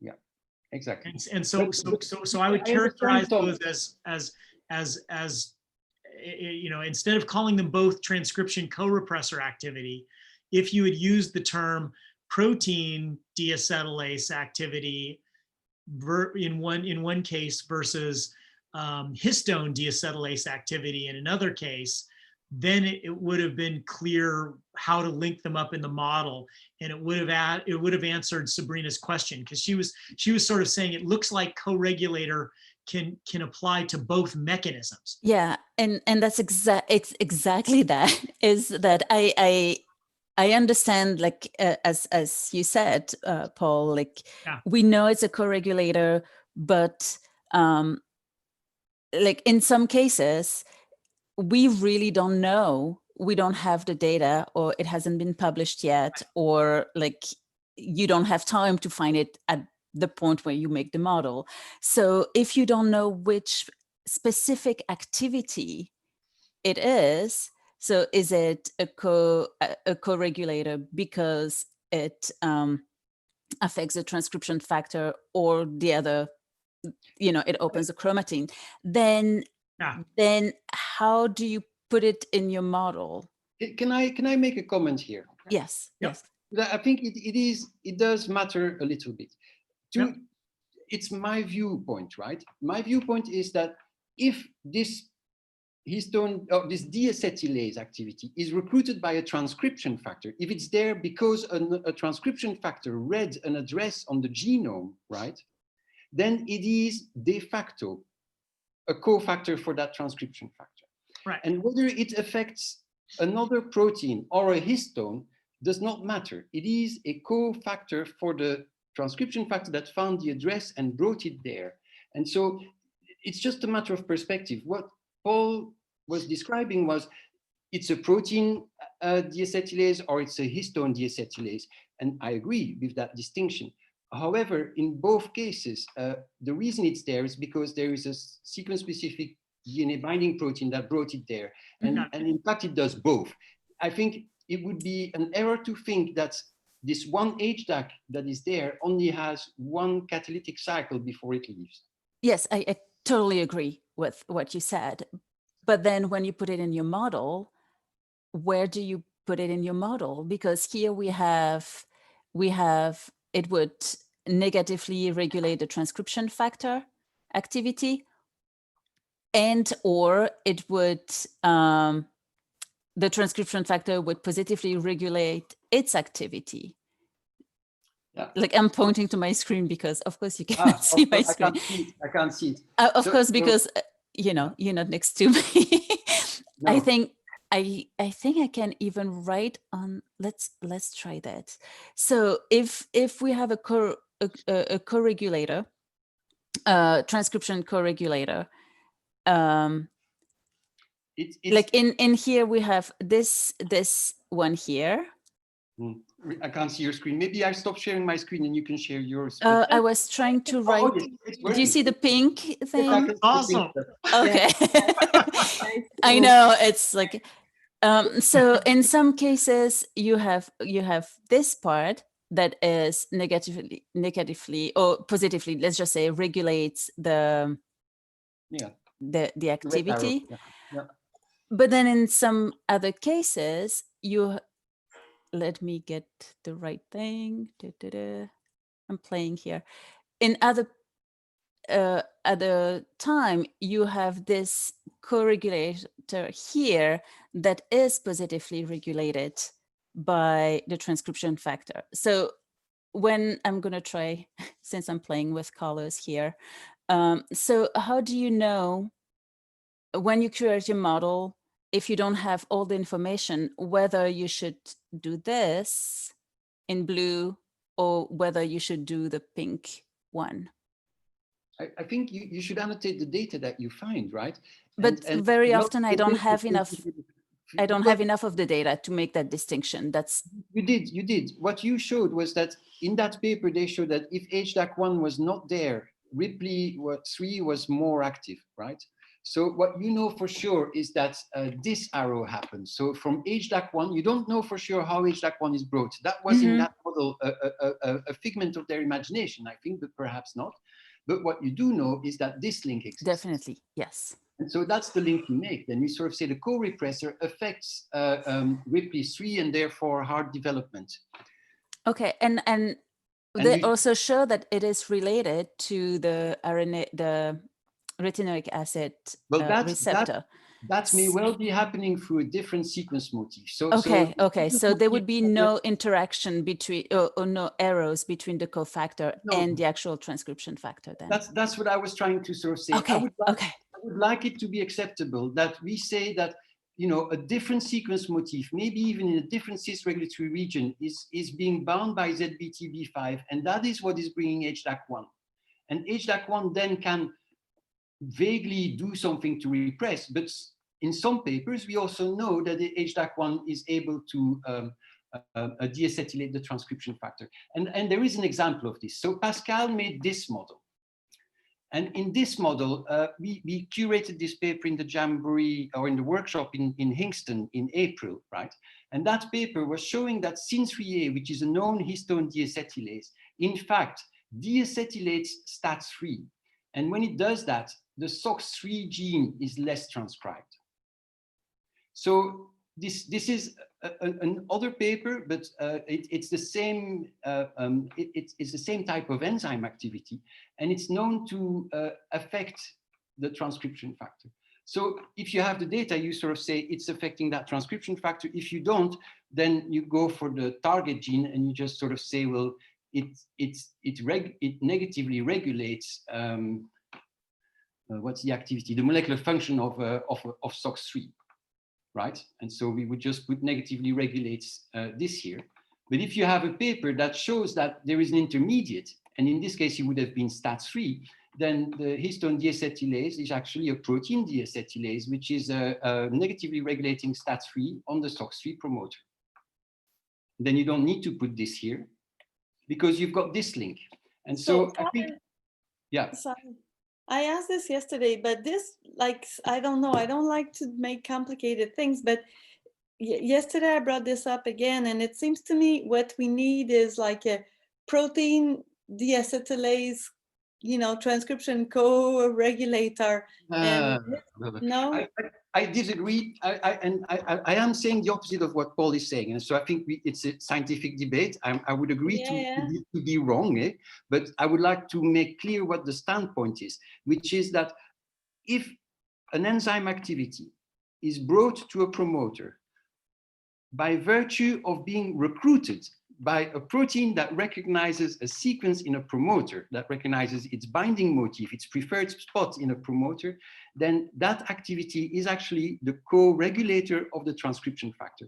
That the transcription factors have this very important function of reading the genetic code, the cis-acting genetic code.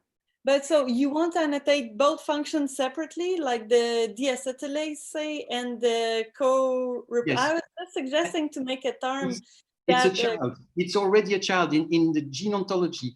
Histone deacetylase is a child of protein deacetylase. It's not a child. It's not a child. Right now, it's not a child. And so because we cannot always say that the protein deacetylase is a co-regulator. This is what I thought. But so right now there's no connection. And so that's why I was like, should we not create a term that contains, like, you know, both functions? If or do we want to create two separate annotations? Well, or do we want to I'm for mechanism?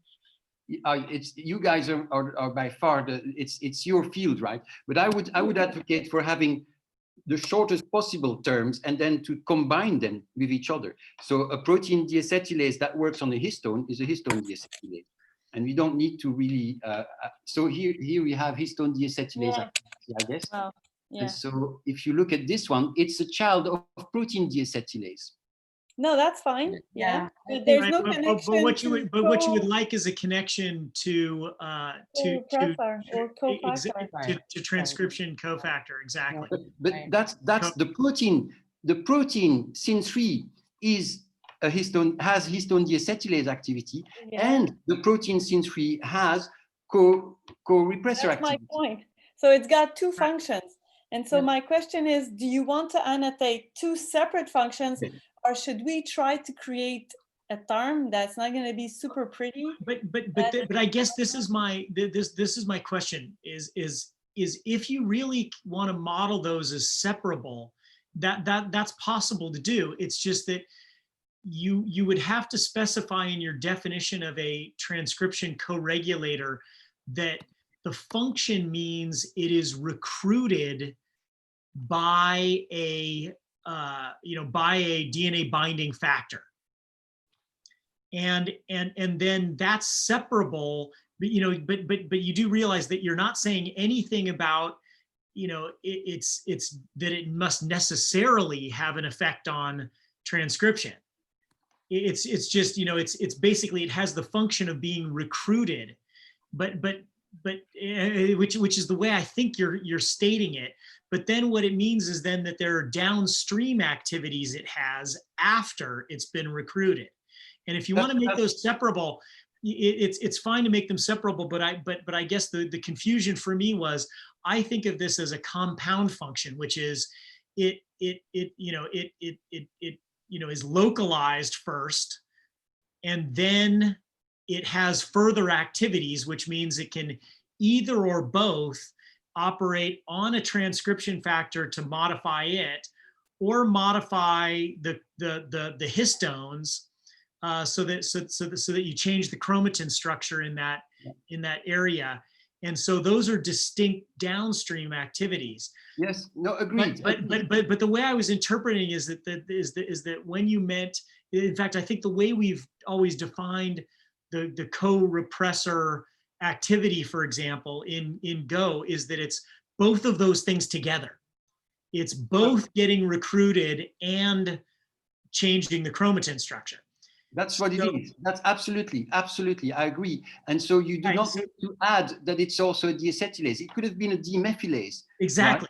Right? And that's I think what Pascal was saying is, do we want a subclass of transcription co-regulator that says, transcription co-regulator via deacetylation? In the histone end, acetylation. look, if you do this and you push it through, right, in the end, you will have as many terms as there are gene products, because each one of these products combines a number of these functions in its unique way. Well, then co-regulate. So then, would you like to just define co-regulator, meaning it is recruited by in a specific manner by a specific factor? That's exactly the way you want to define it. That's what we've done. We said kind of like we define receptor as binding to a particular to a particular substrate, right? That it's activated. That is exactly what we have done. We've called a co-regulator something that is recruited via selective non-covalent binding to a DNA binding transcription factor. Okay. And so from there on, it can have any other activity that you can define in the ontology. Just like, can you see my screen here? Basically, this HDAC1, it's part of this NERD complex, right? Which is a known transcription repressor. Right.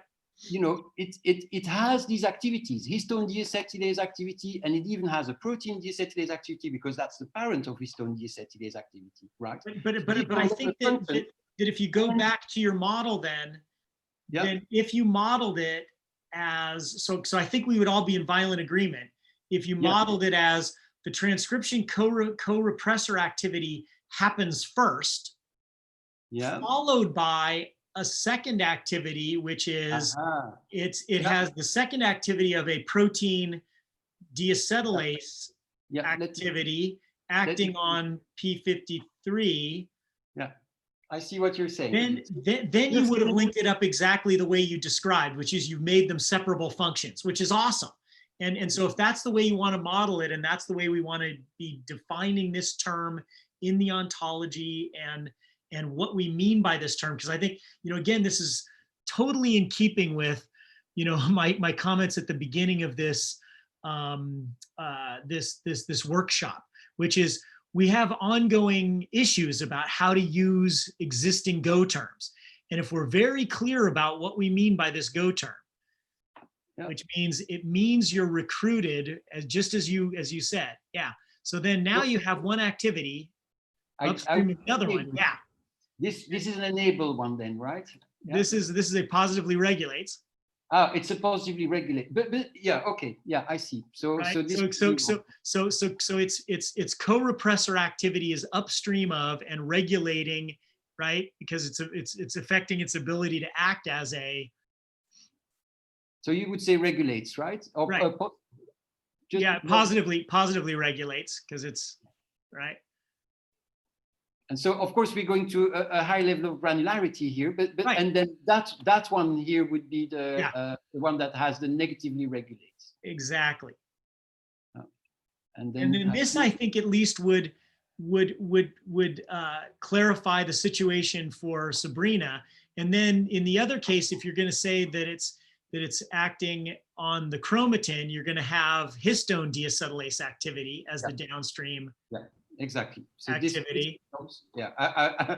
Right. Getting busy here. and then when you don't know, yes, in keeping with good Go practice, you just say, well, it's a co-repressor. I don't know what the mechanism, so I'm going to connect it directly to the gene. Yeah, exactly.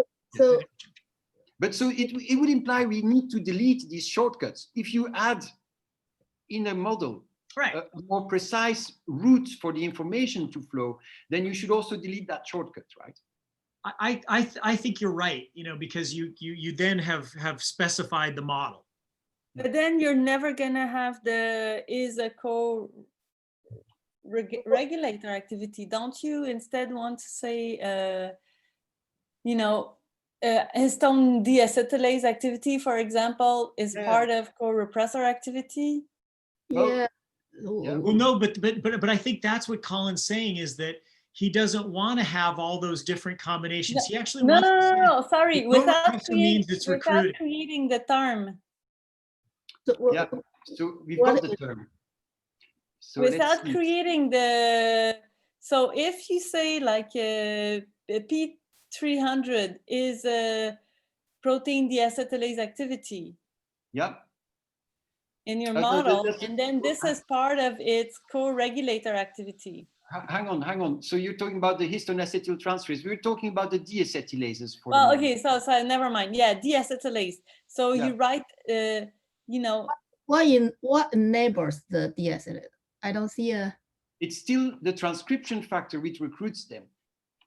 So yeah, Lee, because like Colin put sometimes the gene instead of the actual function. So the HDAC1 is the one acting as the deacetylase. It's the enabler. Right, it's kind of exploded out of the box. Yeah, it's here. This is the protein.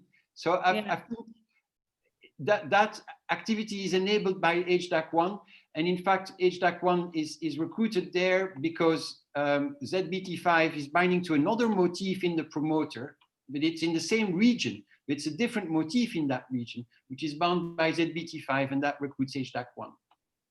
So are we saying HDAC1 as a transcription repressor activity positively regulator its own enzyme activity? That's what we've just done, yes. Okay. And I'm not sure that's what you want to say. You could also say part of, I guess, or you know, I'm not sure what the best relation ontology term is, but positively regulate implies that it makes it possible, right? That it contains it. Yeah, so this gets into the discussions we were having about, you know, if you really think about some Go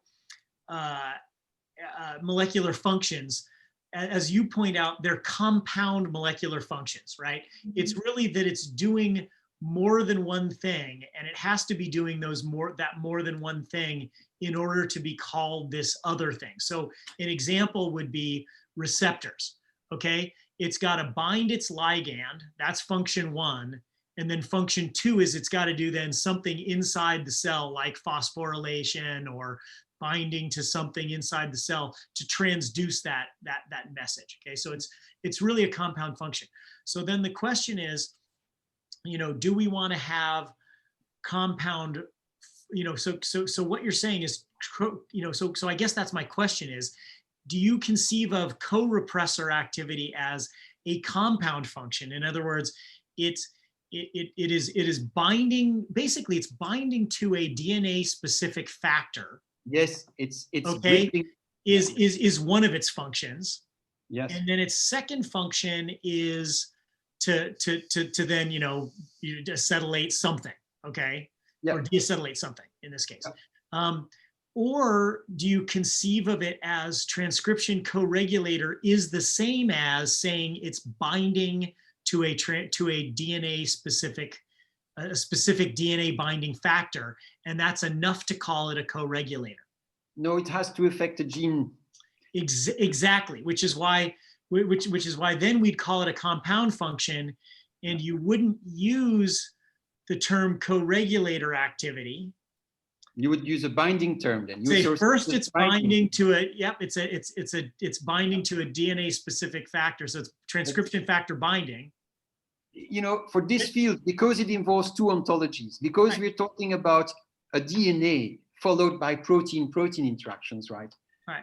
It may be justified to accept that there are these adapters, just like tRNAs are adapting, you know, from a messenger RNA towards an amino acid in a chain, right? Adapting the triplet codon to ultimately make a protein with a certain amino acid sequence. That transcription factors, I mean, they're not about the sequence of the products. That's in the mRNA, the sequence and the code. Right. But the transcription factors have almost something akin to the tRNA in the sense that they recognize another biotype. They recognize the cis-acting genetic code. And from there on, they induce a big cascade of things, right? And so that's why it may not be proper to just go for binding, even though the entirety of molecular biology is about binding and transforming. No, right? I tend to agree with you, which is why, you know, what we, the way we usually model things like, which is why, you know, traditionally, you know, we can go back to the discussion about, you know, how we want to do receptors. But, you know, but it's conceptually, right? It's, you know, if you think about the effect of one thing on another, you think of the ligand as acting on the receptor. Yeah. So you don't think, so in other words, you think of the upstream function of the receptor. You can think of the receptor as binding the ligand, but really in a causal flow, you think of the ligand as binding the receptor. It's directional. So you actually go from the ligand binding activity of the ligand to the receptor activity of the receptor, which really means what does it do downstream? Because its activity is to do something inside the cell. Okay, so like, you know, if it's a tyrosine protein kinase receptor, it's phosphorylating something. Okay, and so that's why this is an important discussion to have in the context of a co-regulator. See, I would think of the DNA binding transcription factor as the actor. It is recruiting the transcription co-repressor. But it's itself a ligand of the DNA, right? The DNA is sending out a signal, a potential signal. And if the receptor for that DNA signal is there, for that DNA sequence, then the transcription factor is the ligand of the DNA, right? Exactly. And so using that same analogy, the transcription factor is, one of its activities is to recruit a co-repressor. Okay, that's what it's doing. It's not that the co-repressor is finding the DNA binding transcription factor. You could think of it that way, okay, but you conceptualize it causally as the DNA binding transcription factor is sitting down there. It's recruiting. That's its activity, and so it's the upstream activity, recruiting the co-repressor. Yeah. Right. And the co-repressor then can do a number of things. And then the co-repressor does a number of things. So that's why you've already captured the recruiting activity. The recruiting activity should be captured as something that the transcription factor does. That's this interaction basically. The input is the well, no. It's on the other side of that. So it's bridging, right? So in other words, it has two activities, right? First, it's sitting down on DNA. But then its second thing is to recruit the DNA binding factor. Sorry, the co-repressor. The co-repressor.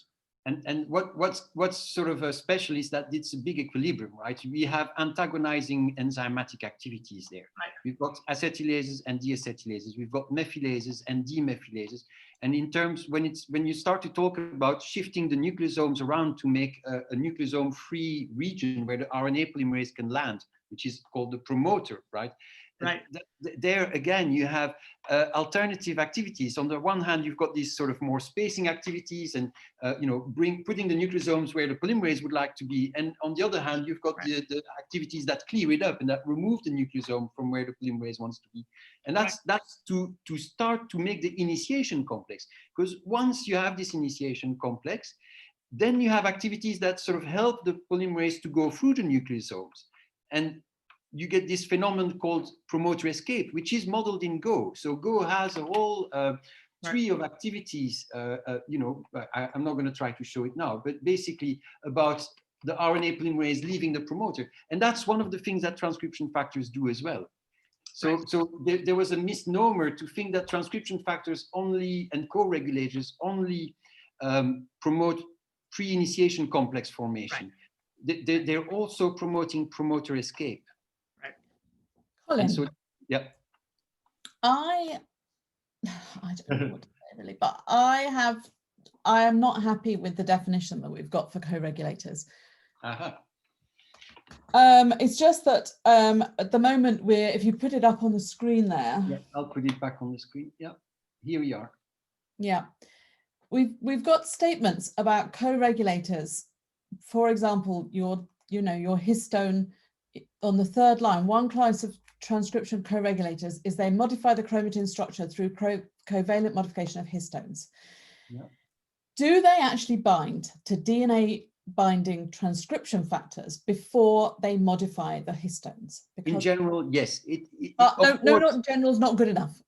Are there some that will bind to the DNA, to marks that are on the DNA or that are in the nucleosomes, and do not get involved in binding DNA binding transcription factors first? Ruth, yes. Let me finish the answer. Yeah. Okay.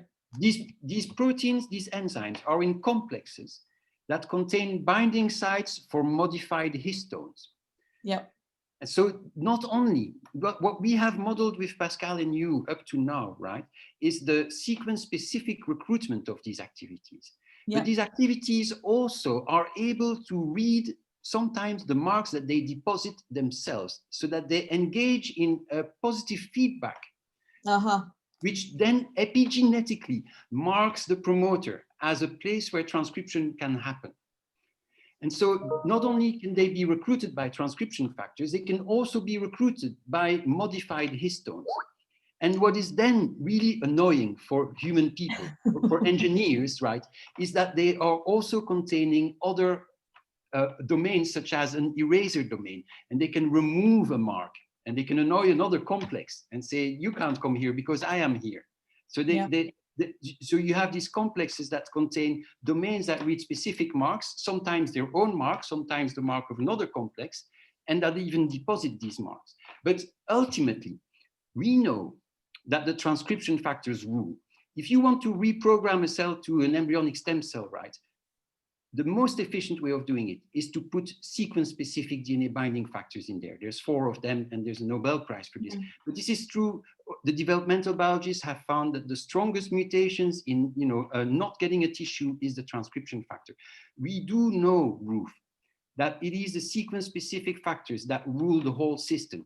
However, the system is able to perform its activities of, for example, co-regulation, by reading marks which were put there because the transcription factor recruited them. So there's secondary effects. And so you're correct in saying it's not always, but I would like to argue that the most primary signal was sequence-specific DNA binding.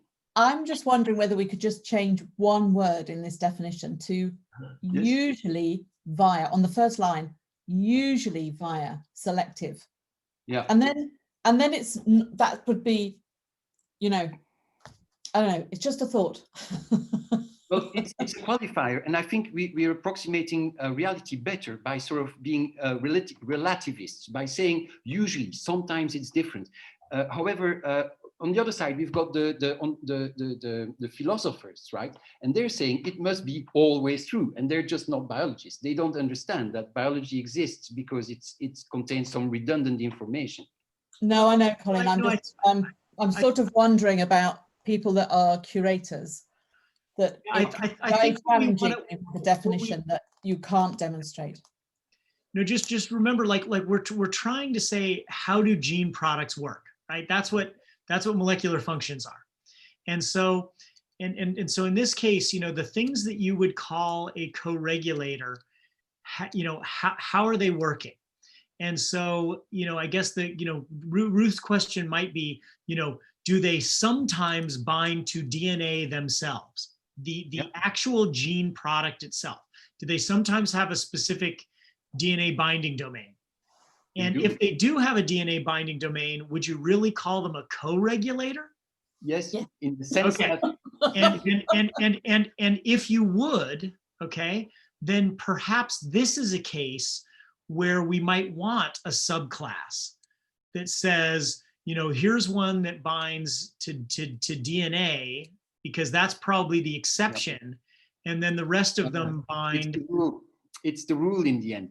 And so because you have specific and non-specific DNA binding, so you've got these contacts for the phosphate backbone, and then you've got these specific contacts with DNA bases. Sorry, but I mean by a particular point in the DNA, right? By because what is it that's giving them their address? Absolutely, they're going to bind to or they may bind to generic non-sequence specific areas just to stabilize their position in the genome.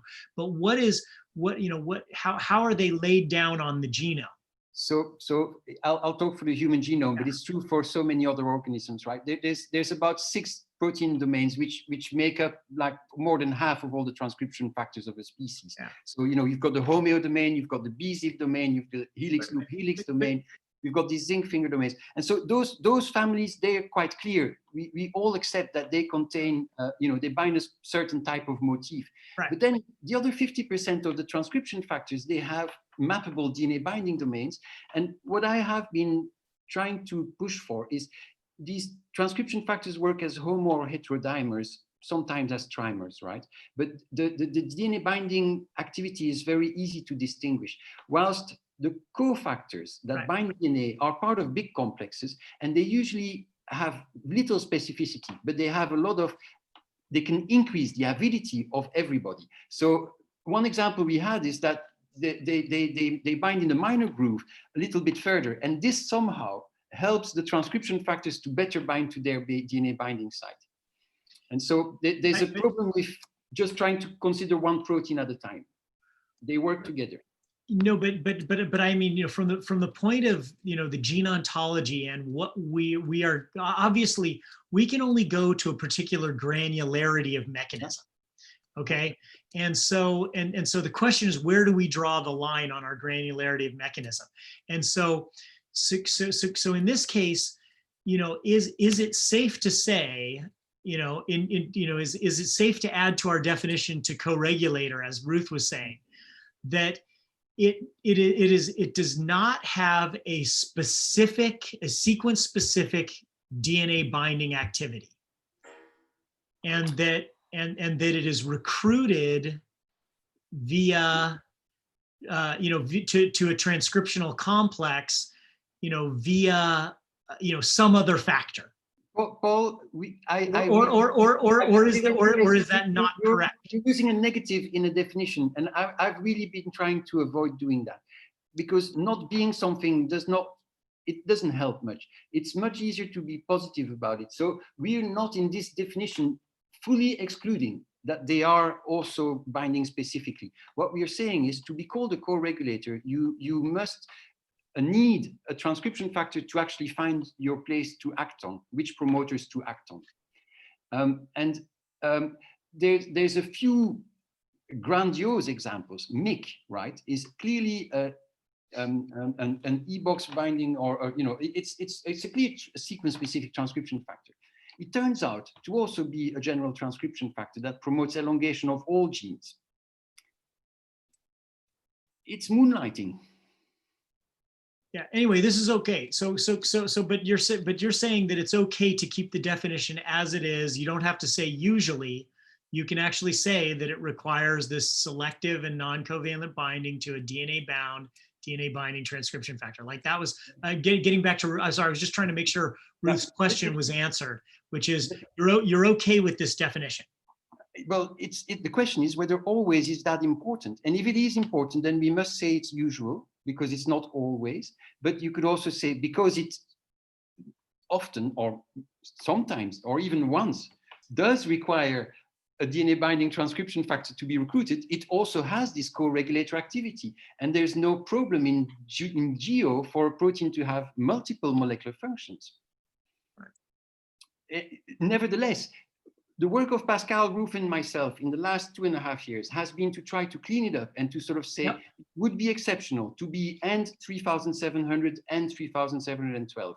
It would be exceptional to be a DNA binding transcription factor and to also be a co-regulator. And most of the literature agrees with this, and there are few exceptions, and we describe them in our manuscript for the moment. So there are exceptions, but the rule is that evolution has selected for adapters that read DNA and that then recruit other proteins to effect the transcription activation functions. Yep, great. Okay, so then we probably should get back to what's your advice then at the end of the day for how to model this? Well, I'm happy with usual. At the end of the day, I looked at, there's an amazing, this here, I think it's my apologies, I have to get going to another meeting now, so I'm sorry. But probably it'll be easier without me. So yes. Thank you. No, thank you a lot for the discussion. Thank you. This has been really enlightening. I've learned a lot. Thanks. I don't know if anybody wants to hear my voice anymore. So I've been looking I think it's helpful, Colin. I think it's really important too, because a lot of curators want to model or need to model transcription. Yes. So we really need to nail this down. Yeah. So I propose that if your paper talks about a co-regulator, you model it in Noctua. If your paper just says that transcription factor is affecting that gene, then you just draw you have the DNA binding transcription factor. There's a list of those. It's an accepted transcription factor from the previous knowledge and from the other Go annotations. And then you don't even, if you don't know what the co-regulator is, it doesn't matter. You just draw your line to the molecular function of the target gene. Right. Yeah, I think that makes sense, right? And then if you have information about co-regulators and how they act, you can add that to your model. And it turns out to be important. So I've shown that you can model hematopoiesis just on the co-regulators.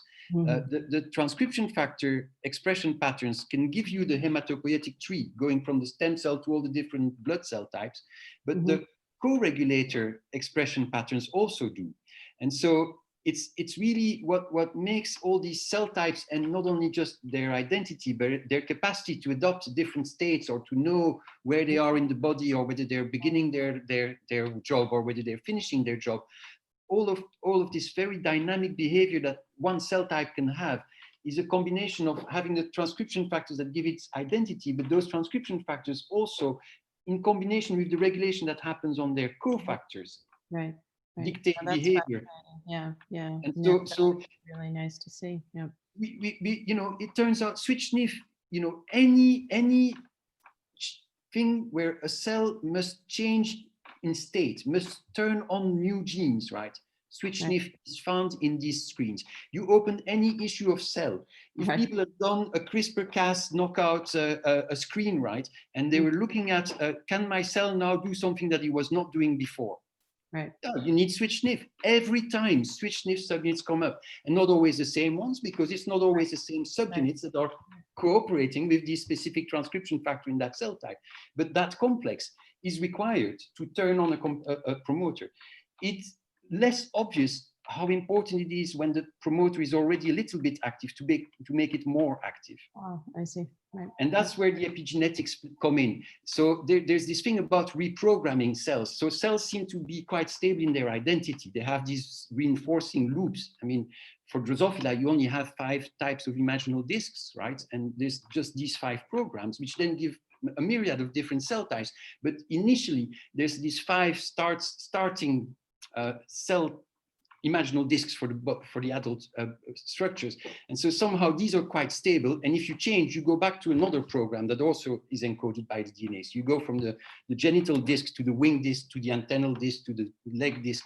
But there's only these 5 states. The code is restricted. It's not just an infinity of chaos. Right. Oh, I think fascinating. David, I'm sure, is listening to this because he's really interested in modeling developmental processes, and this will be highly relevant to that. So I think, this is exciting. I think it's giving us a glimpse into where we could go with this.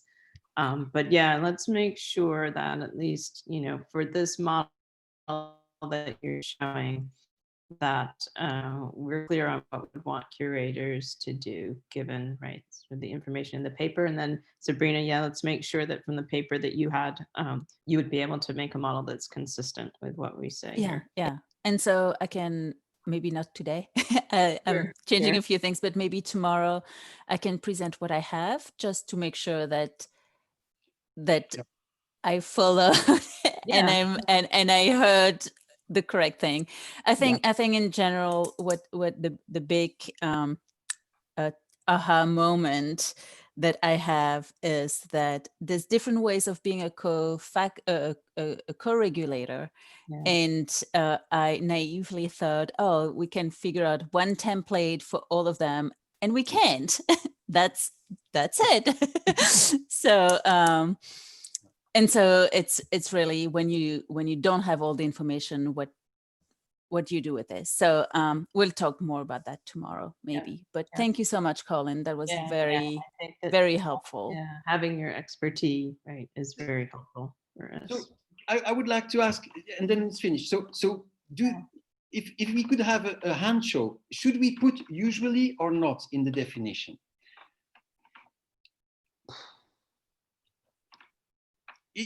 I mean, you could. I would say less words is better. So I don't want to put usually if I don't have to.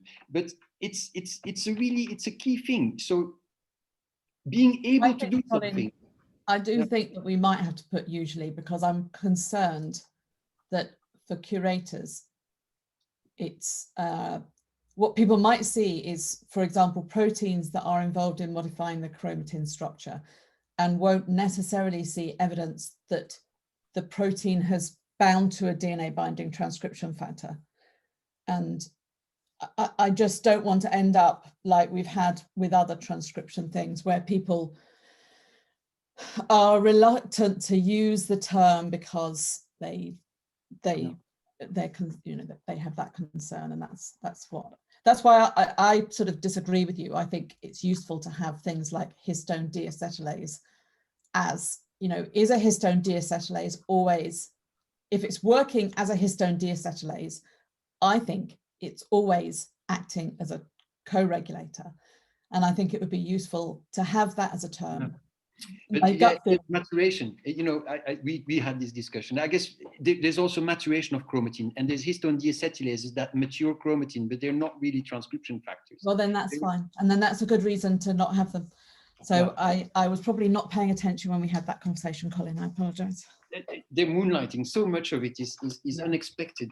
What these proteins are doing. That we're so fascinated by being able to discover a function that we want to ignore the other functions that those proteins also seem to perform. Yeah. No, I think that's fair enough then. Yeah. But that would be my gut, is that you should put the usually in. But I will bow to Pascal and Kimberly and anybody else who wants to throw their weight in. I mean, I kind of like qualifying and saying, I think that, or, usually it is like this. I would like it, but I'm also afraid we're opening a can of worms that we then sort of like, that people say, oh, it doesn't have to be. Then I will call this BMP2. It's a transcription co-regulator because, usually it does something else, but it may be. So, by restricting, we're also asking curators to kind of find evidence for what these proteins are doing. That's true too. Yeah. They usually can open up a door for misinterpretation. Mm-hmm. But yeah, it depends who you talk to. Yeah. I give you the word back, Kimberly. Okay. I think, maybe when we, tomorrow we can go over Sabrina's model again, right? We'll revisit this, but this is touched on a lot of the things, right, that I think that GO-CAM in some respects has forced us to think even more about, which particularly, how do we want to annotate things like compound functions, or I think very similarly to the issue that Val raised yesterday, sometimes we have, as defined in the ontology, two, legitimate molecular functions that we can choose, and they are not always, connected in the ontology. What do we want to do in those cases? And I think this was another really good illustration of that. And we'll have to decide what we want to do. But thank you, Colin. It's really, really helpful to have your expertise on this.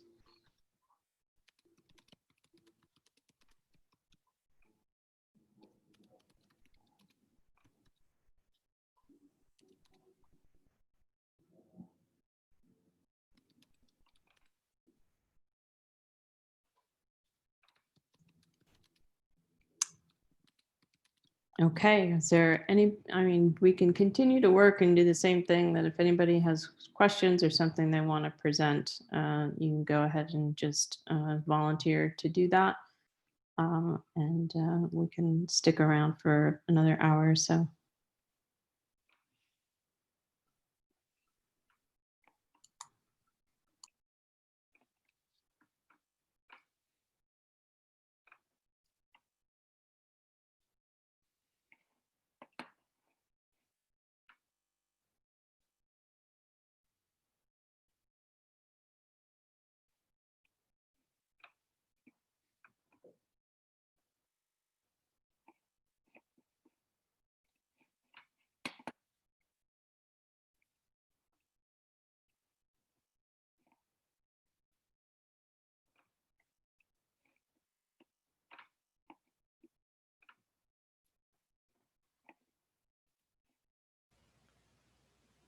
I have a question. It's a pretty brief one. Sure. So most of the stuff that is in the annotations that we can find are from, I think, mostly paint for Tropicalis, which is one of the species that is usually used like the reference genome for frog work. Okay. But we also work on Lavis, and if we wanted to like try and take those annotations and say, okay, we know that the sequence is the same, so they should have the same function. Mm-hmm. Is there a GoRef code that would be most appropriate for using for that, like as a reference? Because obviously we can't really reference the Panther paper or the Go paint papers because they didn't look at these genomes at all. Right, right. Then I can see there's this GoRef 50, manual transfer of Go annotation data to genes by curator judgment of sequence model. That, or there's GoRef 15. I want to double check that. I think I use for sequence just through orthology. models, or is it just a sequence orthology assertion or inference? It's 24 for sequence orthology, I think. It's probably sequence orthology. I thought GoRef 0000, but that one might be specific for mouse curators. Yeah, in GitHub trying to pull up. Have a look. I think it's 24, the generic one, Kimberly, for sequence orthology. Manual transfer of experimentally verified manual Go annotation. So I guess the issue here is that it's not always experimentally verified annotations. I think if you transfer, so I didn't get the first bit then. So where are you seeing it? Because there will be some experiment. If there's an annotation that you know it exists in another species, but it's not annotated. Right. And so, yeah, no, I think this is a little different, right? So there, two, like the two frogs, right? And you want to be able to make a statement based on a paint annotation from one frog. The other species is not in the panther tree. Is that right? Yes. Right. Yeah. So typically, right, with a manual sequence-based annotation, the rule would be that what you put in the with from field, right, would have to have an experimental annotation. But it sounds like that's probably not the case, right? And that's exactly why you want to transfer from one frog to the other. Yes, that's right. Let's see. I mean, I guess the other thing would be to go to not the frog, but go to the original human or mouse or whatever the ortholog was they took and use that as the with from. That seems like a more sensible approach, really, I guess. That would be consistent with what we do now for conventional annotation. Yeah. In fact, that's probably simpler because I think if I copy the annotation evidence, then that will have the original other species ortholog already filled in. It should in from, right? Yeah. Yep. So maybe you're right. Maybe GoRef 24 is the right one. Yeah, if it's orthology. I guess maybe it would be a side issue of whether or not could Lavis be in Panther, or are there issues with the genome that would make that difficult? I wouldn't be surprised if there were issues because we have this weird pseudo tetraploid genome. Kimberly or Pascal, is there any reason why, if you verify that it's in the right Panther family, you could still use IBA, couldn't you? Yeah, that's what I was wondering, right? Did we? Because you need to know that it's in the right, I don't know if Paul is still yeah, on, but you need to know, if I it's see, in the yeah. same family, it may not be in the same subfamily. Yeah, okay. So depending on how big your family is, I mean, I know Paul says there's a stool tree grafter that I haven't tried. Sorry. So maybe you can try that to get a sort of an IBA, but I would say if it's in the same Panther family, maybe use an ISO based on a sequence for which we do have evidence. Yeah, I think I this think is for safe now, part. yeah. Uh-huh. I think for now, Malcolm, that's probably the best strategy, but maybe we could talk with Paul too about, and you guys about. Yeah, I mean, I'm happy with ISO or IBA and the Mhm. decision there for the evidence code. It was more like what to put in the width. reference that was the issue. Okay. Yeah. Yeah. We do have these Go references, right, that we can use for curator manual sequence evaluation by curators. Yeah, I was looking to pull up the set of Go references.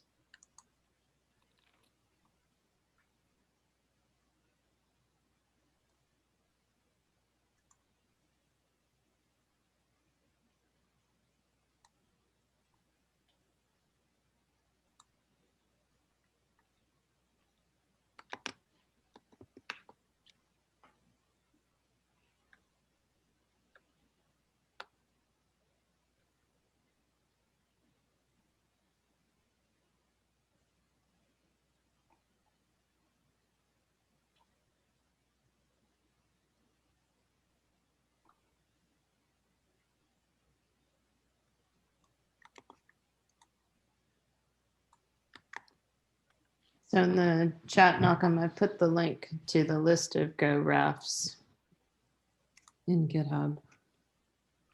I think that's where I was looking for these. Yeah.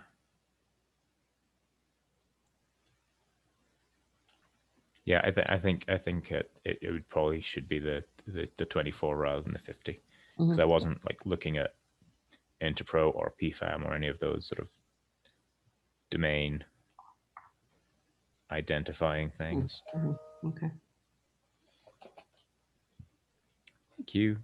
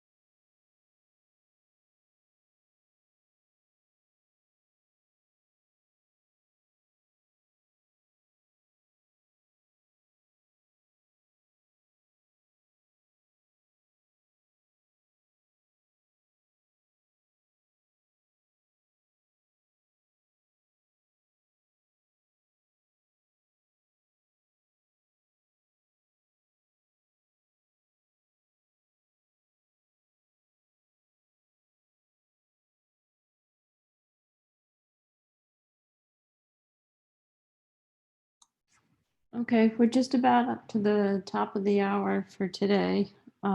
So again, thanks everyone for coming today. I think we had some really good discussions. We will start up again tomorrow, same time. We'll follow the same format. And so tomorrow will really be like the last full day of modeling. So if you have any questions, please make sure to get them in tomorrow. On Friday, I'd like to do a little bit of review and then maybe talk a little bit about, some future thoughts and plans for Noctua and for GO-CAM.